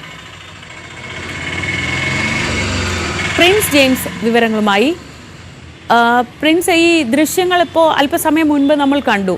ഒരു 4-5 പേർ കൂടി നിൽക്കുന്നു. പോലീസ് ഉദ്യോഗസ്ഥൻ അങ്ങോട്ട് വരുന്നു, എന്തോ ചോദിക്കുന്നു. അടുത്ത മിനിറ്റിൽ നമ്മൾ കാണുന്നത് അതിലൊരാളോട് ക്ഷുഭിതനാവുന്നതും അയാളെ ഇത് അദൃശ്യങ്ങളിൽ കാണുന്നത് പോലെ മർദ്ദിക്കുന്നുമാണ്. എന്താണ് ഇതിന് പ്രകോപനം? എന്തുകൊണ്ടാണ് ഈ 36 ദിവസം കഴിഞ്ഞിട്ടും ഇതിലൊരു നടപടിയില്ലാത്തത്? തീർച്ചയായും കൃത്യമായ ഒരു പ്രകോപനം ഒന്നും ഇല്ലാതെയാണ് ഈ സംഭവം ഉണ്ടായിരിക്കുന്നത്. ന്യൂ ഇയർ ആഘോഷത്തിനായി യുവാക്കൾ നാട്ടുകാരും കൂട്ടാൻ നിൽക്കുകയായിരുന്നു. ഇവർ പടക്കം പൊട്ടിക്കുന്നുണ്ടായിരുന്നു. ഈ സമയത്താണ് കമ്പംമെട്ട് പോലീസ് ഈ മേഖലയിലേക്ക് എത്തുന്ന ഇവരോട് പടക്കം പൊട്ടിക്കരുതെന്ന് ആവശ്യപ്പെട്ടു. ഇതിനിടെ ഇവരോട് സംസാരിക്കുന്നതിനിടെ ആളുകളെ നേരെ ഇവർ എത്തുകയും തള്ളി മാറ്റി ഇറക്കുകയായിരുന്നു. ഇതിനിടെയാണ് മുരളീധരനെ മർദ്ദിക്കാൻ ചെയ്തത്. ഒപ്പം കൂട്ടം നിന്നിരുന്ന ആളുകളെയൊക്കെ തള്ളി മാറ്റുന്ന സാഹചര്യമുണ്ട്. മുരളീധരനെ മർദ്ദിക്കുകയും ചെയ്യുന്നു. ഈ പടക്കം പൊട്ടിക്കുന്നത് ചോദ്യം ചെയ്തുകൊണ്ടാണ് ഈ കമ്പംമെട്ട് പോലീസ് ഇവിടേക്ക് എത്തുകയും ഇത്തരത്തിൽ പ്രകോപനം നടത്തുകയും ആക്രമണം നടത്തുകയും ചെയ്തു. ഈ സംഭവത്തെ തുടർന്ന് മർദ്ദനമേറ്റ ഉടനെ തന്നെ മുരളീധരൻ താഴേക്ക് വീഴുന്ന സാഹചര്യമുണ്ട്. അയാൾ നിലത്തേക്ക് വീഴുകയായിരുന്നു. തുടർന്ന് ഈ കൂടെ ഉണ്ടായിരുന്ന ഒപ്പം ഉണ്ടായിരുന്ന പോലീസുകാർ തന്നെയാണ് പിടിച്ചേൽപ്പിച്ചിരുത്തി വെക്കുകയും ചെയ്തത്. എന്തായാലും ഈ സംഭവത്തിൽ മുരളീധരന്റെ പല്ല് ഒടിഞ്ഞ ഒരു സാഹചര്യം ഉണ്ടായി. തുടർന്ന് അയാൾ സ്വകാര്യ ആശുപത്രിയിലൊക്കെ ചികിത്സ തേടുന്ന സംഭവം ഉണ്ടായി. എന്തായാലും ഈ സംഭവത്തിൽ തുടർന്ന് ആശുപത്രി ആവശ്യങ്ങൾക്കായ ചിലവുകളൊക്കെ വഹിക്കാമെന്ന് പോലീസ് ഇവരോട് ഉറപ്പ് നൽകിയത്. ഇതേ തുടർന്നാണ് അയാൾ അന്നേ ദിവസം തന്നെ പരാതിയുമായി ഉള്ള നടപടികളിലേക്ക് പോകാൻ ഇരുന്നത്. എന്നാൽ പിന്നീട് ഇത്തരത്തിലൊരു നടപടിയും ഉണ്ടായില്ല. ചികിത്സാ ചെലവ് വഹിക്കുകയോ തുടർ നടപടികളിലേക്ക് സംസാരിക്കുകയോ ചെയ്യാനൊന്നും കമ്പംമെട്ട് പോലീസോ ഈ ആക്രമണം നടത്തിയ CI അടക്കമുള്ളവരോ തയ്യാറായില്ല. തുടർന്ന് ഉടൻ തന്നെ DYSP പരാതി നൽകി. ഈ വിഷയങ്ങളെല്ലാം കാണിച്ചുകൊണ്ടും ഇപ്പം CCTV ദൃശ്യങ്ങളൊക്കെ അടക്കം കാണിച്ചുകൊണ്ടും മുരളീധരൻ DYSPക്ക് പരാതി നൽകിയെങ്കിലും ഈ വിഷയത്തിലും ഇപ്പോഴും നടപടി ഉണ്ടായിട്ടില്ല. എന്തായാലും യാതൊരു പ്രകോപനവുമില്ലാതെയാണ് നാട്ടുകാർക്ക് നേരെ പോലീസ് ആക്രമണം നടത്തുന്നത്. മുരളീധരനെ അടിക്കുകയും ഒപ്പം ഉണ്ടായിരുന്ന മറ്റു നാട്ടുകാരെയും പിടിച്ചു തള്ളുന്ന സാഹചര്യം കൂടിയാണ് അന്നുണ്ടായത്. പ്രിൻസ് ആണ് വിവരങ്ങൾ നൽകിയത്. CI ഇപ്പോഴും ഈ വിഷയത്തിൽ DYSPയുടെ ഭാഗത്തുനിന്ന് ഒരു നടപടി ഉണ്ടായിട്ടില്ല. മുരളീധരൻ്റെ ആശുപത്രി ചെലവ് വഹിക്കാമെന്നൊക്കെ ഉറപ്പ് നൽകി ഈ സംഭവത്തെ ഒത്തുതീർപ്പാക്കാനാണ് പോലീസ് ഉദ്യോഗസ്ഥർ ശ്രമിച്ചത്. ഈ ദൃശ്യങ്ങൾ പുറത്തു വരുമ്പോഴാണ് ഇതിൻ്റെ ഒരു ഗുരുതരാവസ്ഥ മനസ്സിലാവുന്നത്. അതായത് യാതൊരു പ്രകോപനവും ഇല്ലാതെ അവിടെ നിൽക്കുകയായിരുന്ന ഒരാളെ പോലീസ് ഉദ്യോഗസ്ഥൻ, അതും ഉത്തരവാദിത്തപ്പെട്ട ഒരു CI ലെവലിലുള്ള ഉത്തരവാദിത്തപ്പെട്ട ഒരു ഉദ്യോഗസ്ഥൻ ഒരു കാര്യവുമില്ലാതെ പോയി മുഖത്തടിക്കുക. ഇത്ര നാളായിട്ടും അതിൽ പരാതി നൽകിയിട്ടും യാതൊരു നടപടിയും ഇല്ലാതിരിക്കുക. നമ്മുടെ പോലീസിന് എന്താണ് സംഭവിക്കുന്നത് എന്നത് വളരെ ഗൗരവത്തോടെ തന്നെ പരിശോധിക്കേണ്ട ഒരു കാര്യമാണ്. ഇന്നലെ പത്തനംതിട്ടയിൽ നിന്നും സമാനമായ രീതിയിലുള്ളൊരു വാർത്തയായിരുന്നു. ഒരു സംഘം ആളുകൾ വിവാഹ ചടങ്ങ് കഴിഞ്ഞ് മടങ്ങി വരുമ്പോൾ നിൽക്കുന്നത് കണ്ട് പോലീസ് അങ്ങോട്ട് ചെല്ലുന്നു. ഒരു പ്രകോപനവുമില്ല. സ്ത്രീകൾ ഉൾപ്പെടെയുള്ള സംഘത്തെ അടിച്ച് ഒരു വഴിയാക്കുന്നു. പോലീസിൻ്റെ കയ്യൂക്ക് സാധാരണക്കാരിൽ തീർക്കുന്ന സാഹചര്യമുണ്ടെങ്കിൽ അതിലിടപെടേണ്ടി വരിക സർക്കാരാണ്. കൃത്യമായി എന്താണ് പോലീസ് ഉദ്യോഗസ്ഥരുടെ പ്രശ്നമെന്ന് മനസ്സിലാക്കിക്കൊണ്ട് അവർക്ക് വേണ്ട പ്രതിവിധി പറയേണ്ടതും സർക്കാരാണ്. പക്ഷേ സർക്കാരിൻ്റെ ഭാഗത്തു നിന്നും അങ്ങനെ നടപടിയൊന്നുമില്ല. ഇപ്പോൾ ഈ ദൃശ്യങ്ങളിൽ കാണുന്ന ഒരു CI ഒരു കാര്യവുമില്ലാതെ പുതുവത്സര തലേന്ന് ഡിസംബർ 31-ന് കൂട്ടം കൂടി നിൽക്കുന്ന ഈ 4-5 ആളുകൾക്കരികിലേക്ക് ചെല്ലുന്നു. അതിലൊരാൾക്ക് നേരെ കയർക്കുന്നു. അടുത്ത സെക്കൻഡിൽ അയാളെ തല്ലി ഓടിക്കാൻ ശ്രമിക്കുന്നു, മുഖത്ത് ആഞ്ഞടിക്കുന്നു.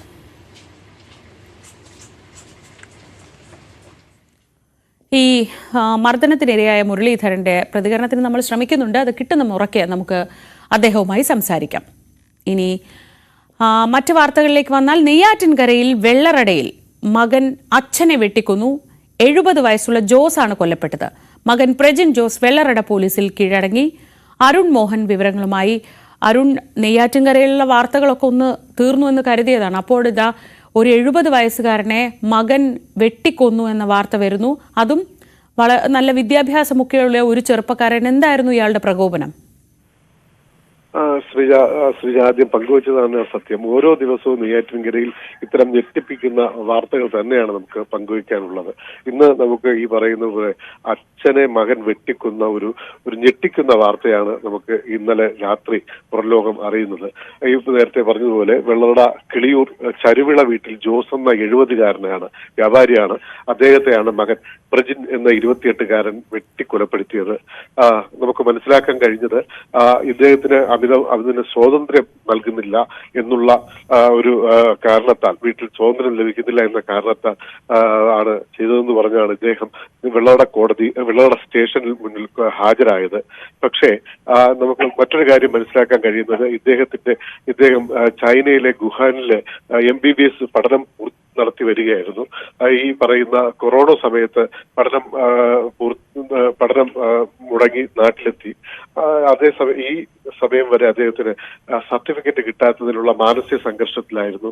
ഇത് വീട്ടിൽ വലിയ പ്രശ്നങ്ങളുണ്ടായിരുന്നു, വീട്ടിൽ ഇതേ ചൊല്ലിയുള്ള തർക്കങ്ങളുണ്ടായിരുന്നു, വീട്ടിൽ അഭിപ്രായ വ്യത്യാസങ്ങളുണ്ടായിരുന്നു. സർട്ടിഫിക്കറ്റ് നൽകാത്തത് അല്ലെങ്കിൽ സർട്ടിഫിക്കറ്റ് ലഭിക്കാത്തതിനെ തുടർന്ന് ആ ഏജൻസി എറണാകുളത്ത് പ്രവർത്തിക്കുന്ന ഏജൻസി മുൻപാകെ ഇവർ പരാതി നൽകിയിരുന്നു. ഈ പ്രശ്നങ്ങളൊക്കെ വീട്ടിൽ പല കലുഷിതമായ ഒരവസ്ഥ ഉണ്ടായിരുന്നു. പൈസ നഷ്ടപ്പെട്ടു, എന്നാൽ ജോലി കിട്ടിയില്ല, പഠനം പൂർത്തിയായില്ല എന്നൊക്കെയുള്ള ഒരു അഭിപ്രായ വ്യത്യാസങ്ങൾ ഈ വീട്ടിൽ ഇങ്ങനെ ഉണ്ടായിക്കൊണ്ടിരിക്കുന്ന ഒരു സാഹചര്യം ഉണ്ടായിരുന്നു. ഇതിലുണ്ടായിരുന്ന ഒരു മാനസിക വെല്ലുവിളിയാണ് ഇതിന് കൊലയിലേക്ക് എത്തിയതെന്നുള്ളതാണ് നമുക്കിപ്പോൾ ഏറെക്കുറെ മനസ്സിലാക്കാൻ കഴിയുന്നത്. എന്തായാലും ഇന്നലെ രാത്രി ആയിരുന്നു ഈ ഒരു കൃത്യം നടന്നത്. അടുക്കള ഭാഗത്തായിരുന്നു ഇദ്ദേഹത്തിന്റെ മൃതദേഹം കണ്ടെത്തിയത്. കഴുത്തിലും നെഞ്ചിലുമായിരുന്നു വെട്ടേറ്റ നിലയിൽ കണ്ടെത്തിയത്. സംഭവ സമയം അമ്മ സുഷമ കുമാരി സ്ഥലത്തുണ്ടായിരുന്നു. അമ്മയുടെ നിലവിളി കേട്ട നാട്ടുകാർ പോലീസ് വിവരം അറിയിക്കുകയായിരുന്നു. പോലീസ് എത്തിയപ്പോൾ അമ്മ ബോധരഹിതയായി കിടക്കുന്ന കാഴ്ചയാണ് കണ്ടത്. അവർ ഇപ്പോൾ വെള്ളറടയിലുള്ള സ്വകാര്യ ആശുപത്രിയിൽ ചികിത്സയിലാണ്. എന്തായാലും പോലീസ് കസ്റ്റഡിയിലാണ് ഈ പ്രജിത്ത്. കൂടുതൽ ചോദ്യം ചെയ്തു വരുന്നു, മറ്റു നടപടികളിലേക്ക് പോകുന്നു. ശ്രീജ. ശരി അരുൺ, ഈ ബാലരാമപുരം കേസിൽ എന്താണ് അരുൺ ഇപ്പോൾ സംഭവിക്കുന്നത്? ഇപ്പോൾ ഹരികുമാറിന്റെ ചോദ്യം ചെയ്യൽ തുടരുന്നുണ്ട്. പക്ഷേ അപ്പോഴും ഈ പ്രതി ഇങ്ങനെ മൊഴി മാറ്റിക്കൊണ്ടിരിക്കുന്നത് അത് നിഷ്കളങ്കമായ മൊഴിമാറ്റലല്ല, മറിച്ച് ബോധപൂർവമായി ഈ കേസ് വഴിതെറ്റിക്കാനാണ് എന്നൊരു തോന്നൽ പോലീസിനുണ്ടോ? ഇയാളുടെ മാനസികാരോഗ്യ പരിശോധന അതിനെ സംബന്ധിച്ച് എന്താണ് ഇപ്പോൾ പോലീസ് പറയുന്നത്? ഇപ്പോഴും ഇയാൾ ഈ പറയുന്നത്, ഒരുപക്ഷെ പോലീസ് പറയുന്നത് ഈ വിഷയത്തിൽ ഹരികുമാർ വട്ടം ചുറ്റിക്കാനുള്ള ശ്രമം നടത്തുന്നു എന്നുള്ള നിലപാടിൽ തന്നെയാണ്.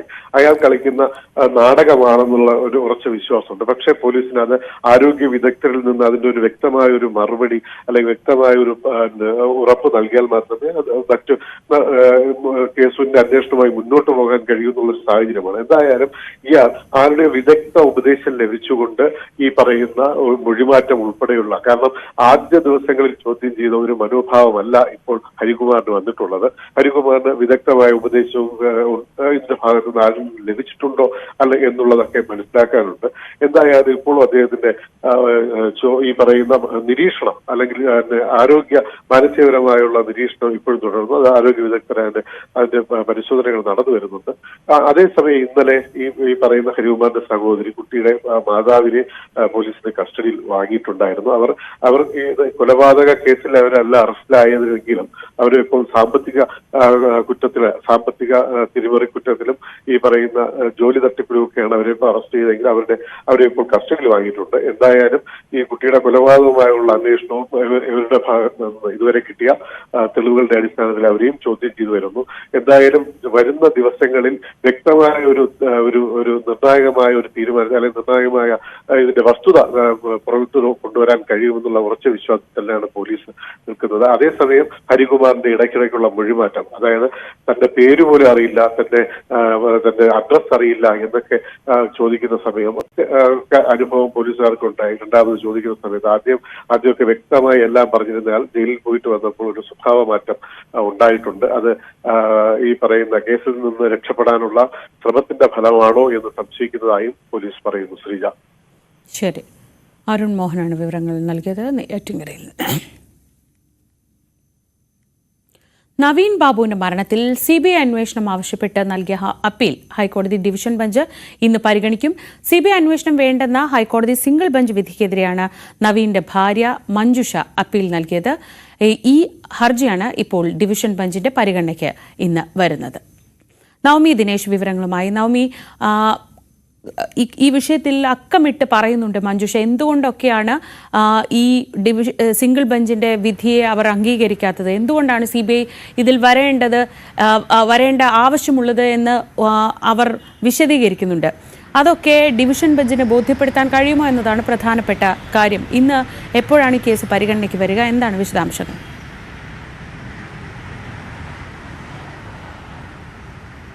ശ്രീജ, രാവിലെയോടുകൂടി തന്നെ ഈ ഹർജി പരിഗണിക്കുമെന്നാണ് നമുക്ക് അറിയാൻ സാധിക്കുന്നത്. ഇതിൽ നവീൻ ബാബുവിൻ്റെ ഭാര്യ മഞ്ജുഷ പറയുന്നത് പ്രകാരം ഈ ഒരു അന്വേഷണത്തിൽ, അതായത് സംസ്ഥാന സർക്കാരിൻ്റെ പോലീസിൻ്റെ അന്വേഷണത്തിൽ അതിൽ തനിക്ക് വിശ്വാസമില്ല. ഇതിൻ്റെ പ്രതിസ്ഥാനത്തുള്ളത് ഭരണ കക്ഷിയുടെ തന്നെ പ്രധാനപ്പെട്ടൊരു നേതാവും ഒപ്പം മുൻ പഞ്ചായത്ത് പ്രസിഡന്റുമായിട്ടുള്ളൊരു വ്യക്തിയാണ്. അതിൻ്റെ ഒരു അന്വേഷണം നടക്കുമ്പോൾ അത് സുതാര്യമാണെന്ന് വിശ്വസിക്കുന്നില്ല. ഒപ്പം ഏതെങ്കിലും തരത്തിൽ സാക്ഷികളെ സ്വാധീനിക്കാൻ അല്ലെങ്കിൽ ഈ ഒരു അന്വേഷണത്തെ അത് കൃത്യമായിട്ടുള്ള രീതിയിൽ മുന്നോട്ട് കൊണ്ടുപോകുമെന്ന് വിശ്വസിക്കുന്നില്ല എന്ന് കൂടി മഞ്ജുഷ ഈ ഒരു ഹർജിയിൽ പറയുന്നുണ്ട്. ഒപ്പം സിംഗിൾ ബെഞ്ചിൻ്റെ നിരീക്ഷണങ്ങൾ, അത് കൃത്യമായിട്ടുള്ള വസ്തുതകൾ പരിശോധിക്കാതെയുള്ളൊരു ഉത്തരവാണ് വന്നിരിക്കുന്നത്. ഇതിൽ ഏറ്റവും രണ്ട് പ്രധാനപ്പെട്ട കാര്യങ്ങളാണ് പറയുന്നത്. ഒന്നിൻ നവീൻ ബാബുവിൻ്റെ അടിവസ്ത്രത്തിൽ കണ്ട രക്തക്കറ, അത് പോസ്റ്റ്മോർട്ടത്തിൽ പോലും കൃത്യമായിട്ടുള്ള എന്തുകൊണ്ടാണ് അങ്ങനെ സംഭവിച്ചതെന്ന വിവരമില്ല. മറ്റൊന്ന്, ഇതിങ്ങനെ ആത്മഹത്യ ചെയ്യുകയാണെങ്കിൽ ഉമിനീര് വായിൽ നിന്നും വരുമായിരുന്നു, പക്ഷെ അതും കണ്ടില്ല. ഇത് രണ്ടുമാണ് പ്രധാനപ്പെട്ട സംശയം. ഈ സിംഗിൾ ബെഞ്ച് ഇതൊന്നും പരിശോധിക്കാതെയാണ് CBI അന്വേഷണം വേണ്ട എന്നൊരു ഉത്തരവിട്ടത്. ഇതുകൊണ്ടാണ് മഞ്ജുഷ ഡിവിഷൻ ബെഞ്ചിനെ സമീപിക്കുവാനായി തീരുമാനിച്ചിരിക്കുന്നത്. ഇന്ന് ഈ ഹർജി പരിഗണിക്കുമ്പോൾ CBIയോടും ഒപ്പം സംസ്ഥാന സർക്കാരിനോടും നിലപാട് വ്യക്തമാക്കാൻ ഡിവിഷൻ ബെഞ്ച് ആവശ്യപ്പെട്ടിരുന്നു. അങ്ങനെയാണെങ്കിൽ ഇന്ന് അവർ കോടതിയിൽ അവരുടെ നിലപാട് വ്യക്തമാക്കും. സർക്കാർ ഇതിലൊരു CBI അന്വേഷണം വേണ്ട, കൃത്യമായിട്ടുള്ള ഒരു അന്വേഷണം തന്നെയാണ് പോലീസ് ഇപ്പോൾ മുന്നോട്ട് പോയിക്കൊണ്ടിരിക്കുന്നത് എന്നുള്ളൊരു വാദമാണ് കോടതിയിൽ ഉന്നയിച്ചിരിക്കുന്നത്. അത് തന്നെയാണ് ആവർത്തിക്കാനുള്ളൊരു സാധ്യതയും. പക്ഷേ മഞ്ജുഷ ഒരു CBI അന്വേഷണം വേണമെന്ന നിലപാടിൽ ഉറച്ചു നിൽക്കുകയാണ്. ഇന്ന് എന്തായാലും ഹർജി പരിഗണിക്കുമ്പോൾ എന്താണ് ഡിവിഷൻ ബെഞ്ചിന്റെ ഭാഗത്തു നിന്നും ഉണ്ടാകുന്ന ഉത്തരവ്? ഇപ്പോൾ CBI അന്വേഷണം വേണ്ട എന്ന് തന്നെയാണെങ്കിൽ മഞ്ജുഷയെ സംബന്ധിച്ച് അല്ലെങ്കിൽ കുടുംബത്തെ സംബന്ധിച്ച് വലിയൊരു തിരിച്ചടിയാകും. മറിച്ച് CBI അന്വേഷണം നടക്കട്ടെ എന്നൊരു ഉത്തരവാണ് ഹൈക്കോടതി ഡിവിഷൻ ബെഞ്ചിന്റെ ഭാഗത്തു നിന്നും ഉണ്ടാകുന്നതെങ്കിൽ അത് സംസ്ഥാന സർക്കാരിനെ സംബന്ധിച്ച് വലിയൊരു തിരിച്ചടിയായി മാറുകയും ചെയ്യും. ശ്രീജ. ശരി, നവമിയാണ് വിവരങ്ങൾ നൽകിയത് കൊച്ചിയിൽ. കൊല്ലം കടക്കലിൽ വീട്ടുമുറ്റത്ത് കരിയില കൂട്ടിയിട്ട് കത്തിക്കുന്നതിനിടെ പൊള്ളലേറ്റ് വയോധിക മരിച്ചു. ആൽത്തറമൂട് തളയിൽ ക്ഷേത്രത്തിന് സമീപം കുഴിഞ്ഞഴികത്ത് വീട്ടിൽ ജാനകി അമ്മയാണ് മരിച്ചത്. ഇന്നലെ വൈകിട്ടായിരുന്നു സംഭവം. വീടിന് പിന്നിലുള്ള കുഴിയിൽ കരിയിലേറ്റ് കത്തിക്കുന്നതിനിടെ കാൽ വഴുതി വീഴുകയായിരുന്നു. വിനീഷ് വിവരങ്ങളുമായി. വിനീഷ്, വളരെ ദാരുണമായ ഒരു മരണത്തിന്റെ വിവരങ്ങളാണല്ലോ വരുന്നത്. എന്താണ് വിശദാംശങ്ങൾ?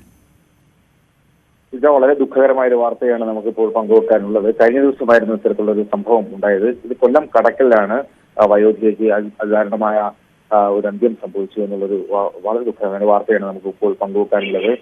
ഇത് ജാനകി അമ്മ എന്നാണ് ഈ വൃദ്ധമാതാവിന്റെ പേര്. 80 വയസ്സാണ് ഇവർക്ക്.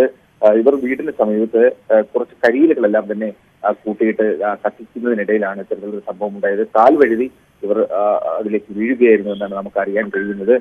ഏറെ നേരം കഴിഞ്ഞാണ് നാട്ടുകാർ ഇത് സംഭവം അറിയുന്നത്. അങ്ങനെ കടക്കൽ താലൂക്ക് ആശുപത്രിയിലേക്ക് എത്തിച്ചെങ്കിലും ഈ വൃദ്ധമാതാവിന്റെ ജീവൻ രക്ഷിക്കാനായില്ല എന്നുള്ളൊരു വളരെ ദുഃഖകരമായ ഒരു വാർത്തയാണ് പുറത്തു വരുന്നത്. മൃതശരീരം കടക്കൽ താലൂക്ക് ആശുപത്രി മോർച്ചറിയിലാണ് സൂക്ഷിച്ചിരിക്കുന്നത്. ശരി. മറ്റു വാർത്തകളിലേക്ക്. കർണാടകയിൽ മലയാളി നഴ്സിംഗ് വിദ്യാർത്ഥിനി ആത്മഹത്യ ചെയ്ത സംഭവത്തിൽ കോളേജ് മാനേജ്മെന്റിനും പ്രിൻസിപ്പലിനുമെതിരെ കുട്ടിയുടെ കുടുംബവും ബന്ധുക്കളും രംഗത്തെത്തി. പ്രിൻസിപ്പലിന്റെയും കോളേജ് മാനേജ്മെന്റിന്റെയും നിരന്തര മാനസിക പീഡനം മൂലമാണ് കണ്ണൂർ മുഴപ്പിലങ്ങാട് സ്വദേശിനി അനാമിക ആത്മഹത്യ ചെയ്തതെന്ന് സഹപാഠികളും ബന്ധുക്കളും ആരോപിച്ചു. ചൊവ്വാഴ്ച രാത്രിയാണ് ഹോസ്റ്റൽ മുറിയിൽ അനാമികയെ മരിച്ച നിലയിൽ കണ്ടെത്തിയത്. കനക്പുരയിലെ ദയാനന്ദ് സാഗർ നഴ്സിംഗ് കോളേജിലെ 1ാം വർഷ വിദ്യാർത്ഥിനിയായിരുന്നു. അധ്യാപകരുടെയും മാനേജ്മെന്റിന്റെയും ഭാഗത്തുനിന്ന് കടുത്ത സമ്മർദ്ദം അനാമിക നേരിട്ടെന്നാണ് കുടുംബവും സഹപാഠികളും ആരോപിക്കുന്നത്. കോട്ടയം പാലായിൽ കുടുംബ വഴക്കിനെ തുടർന്ന് ഭാര്യ മാതാവിനെ പെട്രോൾ ഒഴിച്ച് തീ കൊളുത്തി കൊലപ്പെടുത്തിയ സംഭവം ഞെട്ടിപ്പിക്കുന്നതാണ്. ഭാര്യ മാതാവിന്റെ ശരീരത്തിൽ പെട്രോൾ ഒഴിച്ച് തീ കൊളുത്തുന്നതിനിടെ സ്വന്തം ശരീരത്തിലേക്ക് തീ പടർന്ന മരുമകനും മരിച്ചു. പാല അന്ത്യാളം സ്വദേശി നിർമ്മല, മരുമകൻ കരികുന്നം സ്വദേശി മനോജ് എന്നിവരാണ് മരിച്ചത്.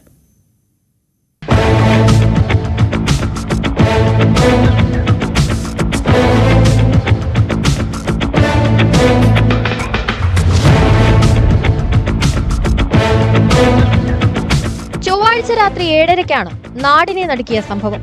അന്ത്യാളം പരവൻപറമ്പിൽ സോമന്റെ ഭാര്യ നിർമ്മലയാണ് മരുമകൻ കരിങ്കുന്നം സ്വദേശി മനോജ് പെട്രോൾ ഒഴിച്ച് തീ കൊളുത്തിയത്. കരിങ്കുന്നത്തെ വീട്ടിൽ നിന്ന് 6 വയസ്സുകാരൻ മകനുമായി അന്ത്യാളത്തെ ഭാര്യ വീട്ടിലെത്തിയാണ് മനോജ് അതിക്രമം നടത്തിയത്. നിർമ്മലയുടെ ദേഹത്തും സ്വന്തം ദേഹത്തും പെട്രോൾ ഒഴിച്ച ശേഷം തീ കൊളുത്തുകയായിരുന്നെന്നാണ് വിവരം. ബഹളം കേട്ടെത്തിയ നാട്ടുകാർ പാലാ പോലീസിനെയും ഫയർഫോഴ്സിനെയും വിവരമറിയിച്ചു. ആദ്യം പാലാ ആശുപത്രിയിലും പിന്നീട് മെഡിക്കൽ കോളേജിലും എത്തിച്ചെങ്കിലും ഇരുവരുടെയും ജീവൻ രക്ഷിക്കാനായില്ല.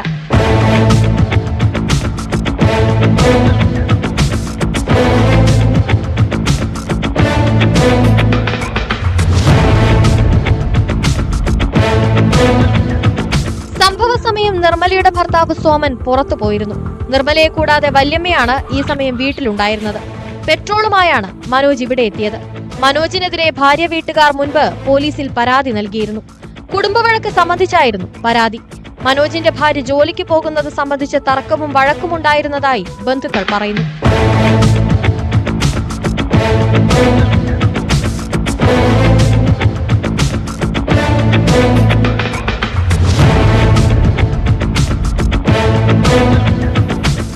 ന്യൂസ് 18 കോട്ടയം. കൊച്ചിയിൽ ഒരു ഇടവേളയ്ക്ക് ശേഷം ഗുണ്ടാ സംഘങ്ങൾ വീണ്ടും തലപൊക്കുകയാണ്. ഒരാഴ്ച മുൻപ് വടുതലയിൽ റെയിൽവേ ഗേറ്റിന് സമീപം സിഗ്നൽ കാത്തുനിന്ന യുവാവിനെ ആക്രമിച്ചത് ഗുണ്ടാ സംഘങ്ങളായിരുന്നു. മുൻ വൈരാഗ്യത്തെ തുടർന്നാണ് ഉമേഷ് എന്ന യുവാവിനെ പ്രതികൾ വെട്ടിപ്പരിക്കേൽപ്പിച്ചത്. കേസിലെ പ്രതികൾ ഇപ്പോൾ പോലീസിന്റെ പിടിയിലാണ്.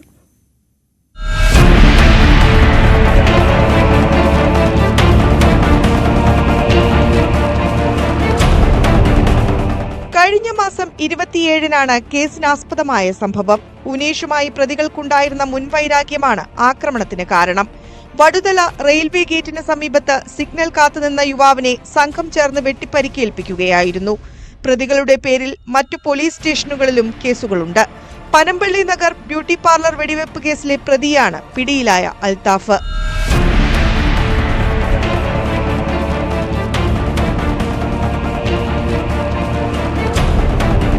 CCTV ദൃശ്യങ്ങൾ കേന്ദ്രീകരിച്ചു നടത്തിയ അന്വേഷണത്തിലാണ് കൊച്ചിയിലെ വിവിധ ഭാഗങ്ങളിൽ നിന്ന് പ്രതികളെ പിടികൂടിയതെന്ന് പോലീസ് പറഞ്ഞു. Ernakulam north police inspector Sajeesh കുമാറിന്റെ നേതൃത്വത്തിൽ SI-മാരായ അഭിജിത്ത്, മുഹമ്മദ് യാസിൻ, ഷാജിമോൻ, CPO-മാരായ അജിലേഷ്, ബിബിൻ, CC സജീവ് എന്നിവർ ചേർന്നാണ് പ്രതികളെ പിടികൂടിയത്.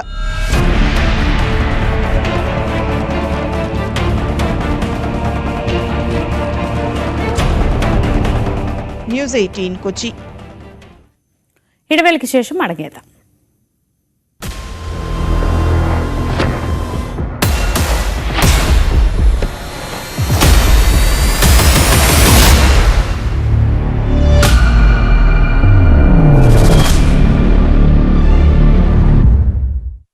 കമ്മീഷനുമായി ബന്ധപ്പെട്ട് വലിയ പരാതികൾ ആം ആദ്മി പാർട്ടിക്ക് ഉണ്ടായിരുന്നു എന്നുള്ള വാസ്തവമാണ്. പ്രത്യേകിച്ച് അരവിന്ദ് കെജ്രിവാൾ പല വിഷയങ്ങളും, അതിപ്പോൾ യമുന വിഷയമായിക്കോട്ടെ, അതിനുശേഷം ആം ആദ്മി പാർട്ടി പ്രവർത്തകർക്കെതിരായ അതിക്രമം, ആ വിഷയങ്ങളിലൊക്കെ തന്നെ കമ്മീഷനുമായി നേർക്കുനേർ ഏറ്റുമുട്ടുന്ന ഒരു സാഹചര്യം പോലും ഉണ്ടായി. അതായത് രാജീവ് കുമാർ, മുഖ്യ തെരഞ്ഞെടുപ്പ് കമ്മീഷണർ, BJPക്ക് വേണ്ടി അദ്ദേഹം അടുത്ത മാസം വിരമിക്കുകയാണ്. അപ്പോൾ ഏതു പദവിയാണെന്ന തരത്തിലേക്ക് അരവിന്ദ് കെജ്രിവാൾ ചോദിക്കുന്ന സാഹചര്യം വരെ ഉണ്ടായി. ഇന്ന് ഏറ്റവും ഒടുവിൽ ഇന്ന് പോലും ഈ വോട്ടിംഗ് ദിനത്തിൽ പോലും വലിയ ആരോപണം ഉണ്ടായത് പോലീസിനെതിരെയാണ്. അതായത് പോലീസ് ഈ ഇലക്ഷൻ അട്ടിമറിക്കാൻ ശ്രമിക്കുന്നെന്ന വലിയ പരാതി ഉണ്ടായി. തുടർന്ന് പോലീസ് തന്നെ ഇക്കാര്യം പരിശോധിക്കുമെന്ന് അറിയിക്കുകയും ചെയ്തു. അങ്ങനെ വലിയ രീതിയിലുള്ള ഒരു പരാതിയും ഒക്കെ തന്നെ വിവാദങ്ങളും ഒക്കെ തന്നെ കടന്നുപോയൊരു തെരഞ്ഞെടുപ്പാണ് ഇത്തവണത്തേത് എന്ന കാര്യത്തിൽ യാതൊരു സംശയവുമില്ല. അതിൽ തന്നെ ആം ആദ്മി പാർട്ടി പ്രത്യേകിച്ച് ഈ തെരഞ്ഞെടുപ്പിനെ അല്ലെങ്കിൽ വോട്ടിംഗ് സംവിധാനത്തെ തന്നെ ദുർബലപ്പെടുത്തുന്ന ഒരു നിലയിലേക്ക് കാര്യങ്ങളെ കൊണ്ടെത്തിക്കുന്നു രാജീവ് കുമാർ എന്ന ഗുരുതര ആരോപണമുണ്ടായി. ഈ ഇലക്ഷൻ കമ്മീഷൻ ഈ വാദങ്ങളൊക്കെ തന്നെ തള്ളിക്കളയുകയും ചെയ്തിട്ടുണ്ട്. അങ്ങനെ ഒരു കമ്മീഷനും ആം ആദ്മി പാർട്ടിയും തമ്മിലൊരു ഏറ്റുമുട്ടലിലേക്ക് പലപ്പോഴും ഈ കാര്യങ്ങൾ കടന്നുപോയിട്ടുണ്ട് എന്നുള്ളത് വാസ്തവമാണ്. ഏതായാലും ഇന്നിപ്പോൾ സൂചിപ്പിച്ച കാര്യം, അതിഷിയുടെ ഓഫീസിലെ 2 ഉദ്യോഗസ്ഥരെ കസ്റ്റഡി എടുത്തു എന്ന് പറയുന്നത്, അത് പോലീസ് തന്നെ പറയുന്നത്, പോലീസ് തന്നെയാണ് ഈ പോലീസിനെ കോട്ട് ചെയ്തുകൊണ്ടാണ് ഇന്ന് ഈ വാർത്തകളൊക്കെ തന്നെ പുറത്തു വന്നത്. അതായത് ഈ 2 പേരും ഓഫീസിലെ ഉദ്യോഗസ്ഥരാണെന്ന നിലയിൽ ഡൽഹി പോലീസ് തന്നെ പറയുന്ന വാർത്തകളാണ് മാധ്യമങ്ങൾ അറസ്റ്റ് ചെയ്തിട്ടുണ്ട് എന്നാണ്. കസ്റ്റഡി എടുത്തു ഡൽഹി പോലീസ് തന്നെയാണ് അത്തരം. പക്ഷേ വിനോദ് പറയുന്നത്, വിനോദ് അതിനകത്ത് എന്താണ് ഇപ്പോൾ ഞങ്ങൾ റിപ്പോർട്ട് ചെയ്ത ഡൽഹി പോലീസ് നൽകിയ വിവരം അനുസരിച്ചാണ് അല്ലെ രാകേഷ്? നേരത്തെ ചോദിച്ചിരുന്നു ആരാണ് സംസാരിച്ചതെന്ന് കൃത്യമായിട്ട് അറിയില്ല എന്ന്. ER രാകേഷ് ആണ്, ഞങ്ങളുടെ സീനിയർ സ്പെഷ്യൽ കറസ്പോണ്ടന്റ് ആണ്. അദ്ദേഹം ഡൽഹിയിൽ കഴിഞ്ഞ ദിവസങ്ങളിൽ ഉണ്ടായിരുന്നു. ഡൽഹി പോലീസിന്റെ വിവരം അനുസരിച്ച് തന്നെയാണ് ഈ വാർത്ത കൊടുത്തിരിക്കുന്നത്. മറ്റു മാധ്യമങ്ങൾ കൊടുത്തിട്ടുണ്ടെന്നാണ് എനിക്ക് തോന്നുന്നത്. പോലീസ് പറയുന്നത് സത്യമാണോ? അങ്ങനെയാണോ നമ്മൾ മനസ്സിലാക്കുന്നത്? കസ്റ്റഡിയിലാണ് അല്ലേ? ആയിക്കോട്ടെ, അത് അതിഷിയുടെ പ്രൈവറ്റ് സെക്രട്ടറി ആണെന്ന് എന്ത് തെളിവാണല്ലേ? അതിഷിയുടെ ഓഫീസുമായി ഓഫീസ് ജീവനക്കാരൻ എന്നാണ്. അല്ല, അങ്ങനെ ഓഫീസ് ജീവനക്കാരാണെന്ന് പേര് പുറത്തുവിട്ടോ? അതുമായി ബന്ധപ്പെട്ട അദ്ദേഹത്തിന്റെ രേഖകൾ പുറത്തുവിട്ടോ? അപ്പോൾ ഫേക്ക് ആണെന്നാണല്ലേ പോലീസ് നൽകുന്ന തെറ്റായ വിവരം അല്ലേ?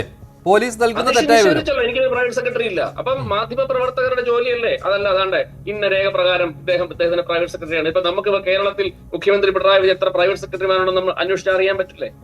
അങ്ങനെ ഒരു വാർത്ത ഡൽഹി പോലീസ് പറയുന്നതൊക്കെ എങ്ങനെ സത്യമാവുക? ഡൽഹി പോലീസ് ആർക്ക് വേണ്ടിയാണ് പണിയെടുക്കുന്നത്? ആരുടെ പോലീസാ? ഡൽഹി പോലീസ് പിന്നെ കേന്ദ്രത്തിന്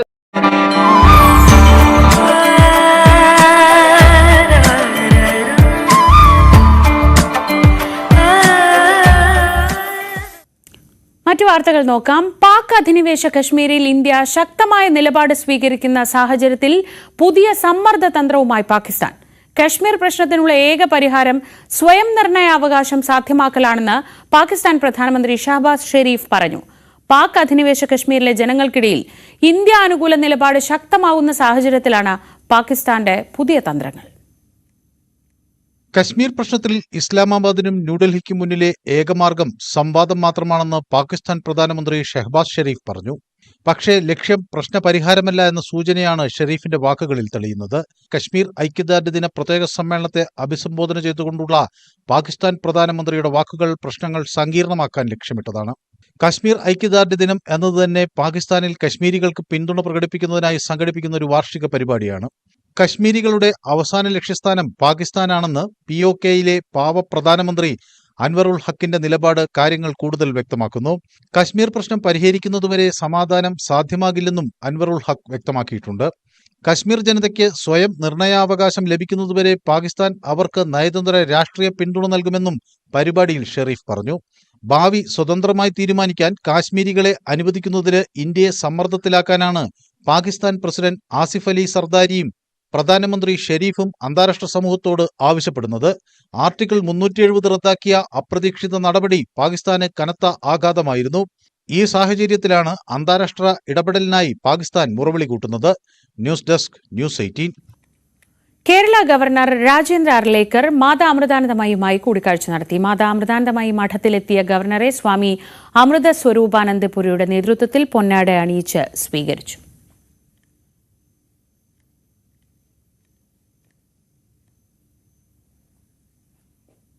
T20 വിജയത്തിന് ശേഷം ഏകദിന പരമ്പരയിലേക്ക് കടക്കുകയാണ്. ഇന്ത്യ ഇംഗ്ലണ്ട് ഏകദിന പരമ്പരയ്ക്ക് ഇന്ന് തുടക്കമാവും. ഉച്ചയ്ക്ക് 1:30 നാഗ്പൂരിലെ വിദർഭ ക്രിക്കറ്റ് സ്റ്റേഡിയത്തിലാണ് മത്സരം. 3 മത്സരങ്ങളാണ് പരമ്പരയിലുള്ളത്. ഇന്ത്യയെ രോഹിത് ശർമ്മ നയിക്കും. ജോസ് ബട്ട്ലറാണ് ഇംഗ്ലീഷ് ടീമിന്റെ നായകൻ. 5 മത്സരങ്ങൾ ഉണ്ടായിരുന്ന T20 പരമ്പര 4-1 സൂര്യകുമാർ യാദവിന്റെ നേതൃത്വത്തിൽ ഇന്ത്യ സ്വന്തമാക്കിയിരുന്നു. ബോർഡർ ഗാവസ്കർ ട്രോഫി കൈവിട്ട ശേഷം രോഹിത് ഇന്ത്യയെ നയിക്കുന്ന ആദ്യ മത്സരം കൂടിയാണിത്. പുതിയ ജേഴ്സിയിലാകും ഇന്ത്യ കളത്തിലിറങ്ങുക. തോളിൽ ത്രിവർണ്ണ നിറം നൽകിയാണ് ജേഴ്സി ഡിസൈൻ ചെയ്തിരിക്കുന്നത്.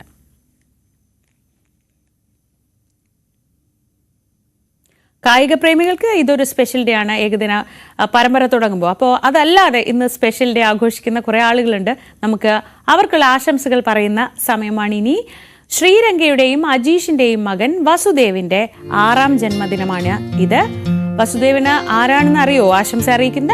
കുഞ്ഞനിയനായ ധനുദേവ്. അപ്പോൾ ധനുദേവിന്റെ കൂടെ ഞങ്ങളുടെ ഒക്കെ പിറന്നാൾ ആശംസകൾ വസുദേവിന്. Happy birthday Vasudev.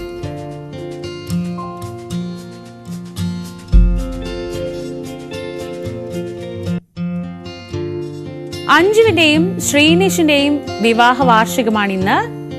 Happy anniversary Anju and Sreenish.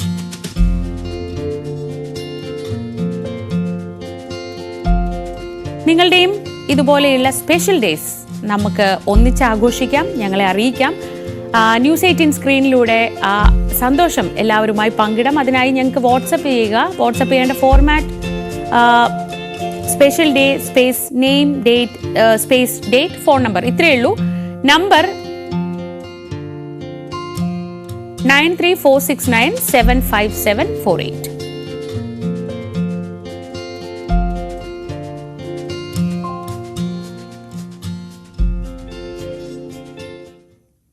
രാവിലെ അപ്പോൾ ഒരു ഇടവേളയിലേക്ക് പോവുകയാണ്. പതിവ് പോലെ ഈ ഇടവേളയിൽ നിങ്ങൾ ഇത് കണ്ടോ കാണണം. ഞങ്ങൾ മറ്റ് ഏറ്റവും പുതിയ വാർത്തകളുമായി വളരെ പെട്ടെന്ന് തിരിച്ചു വരാം.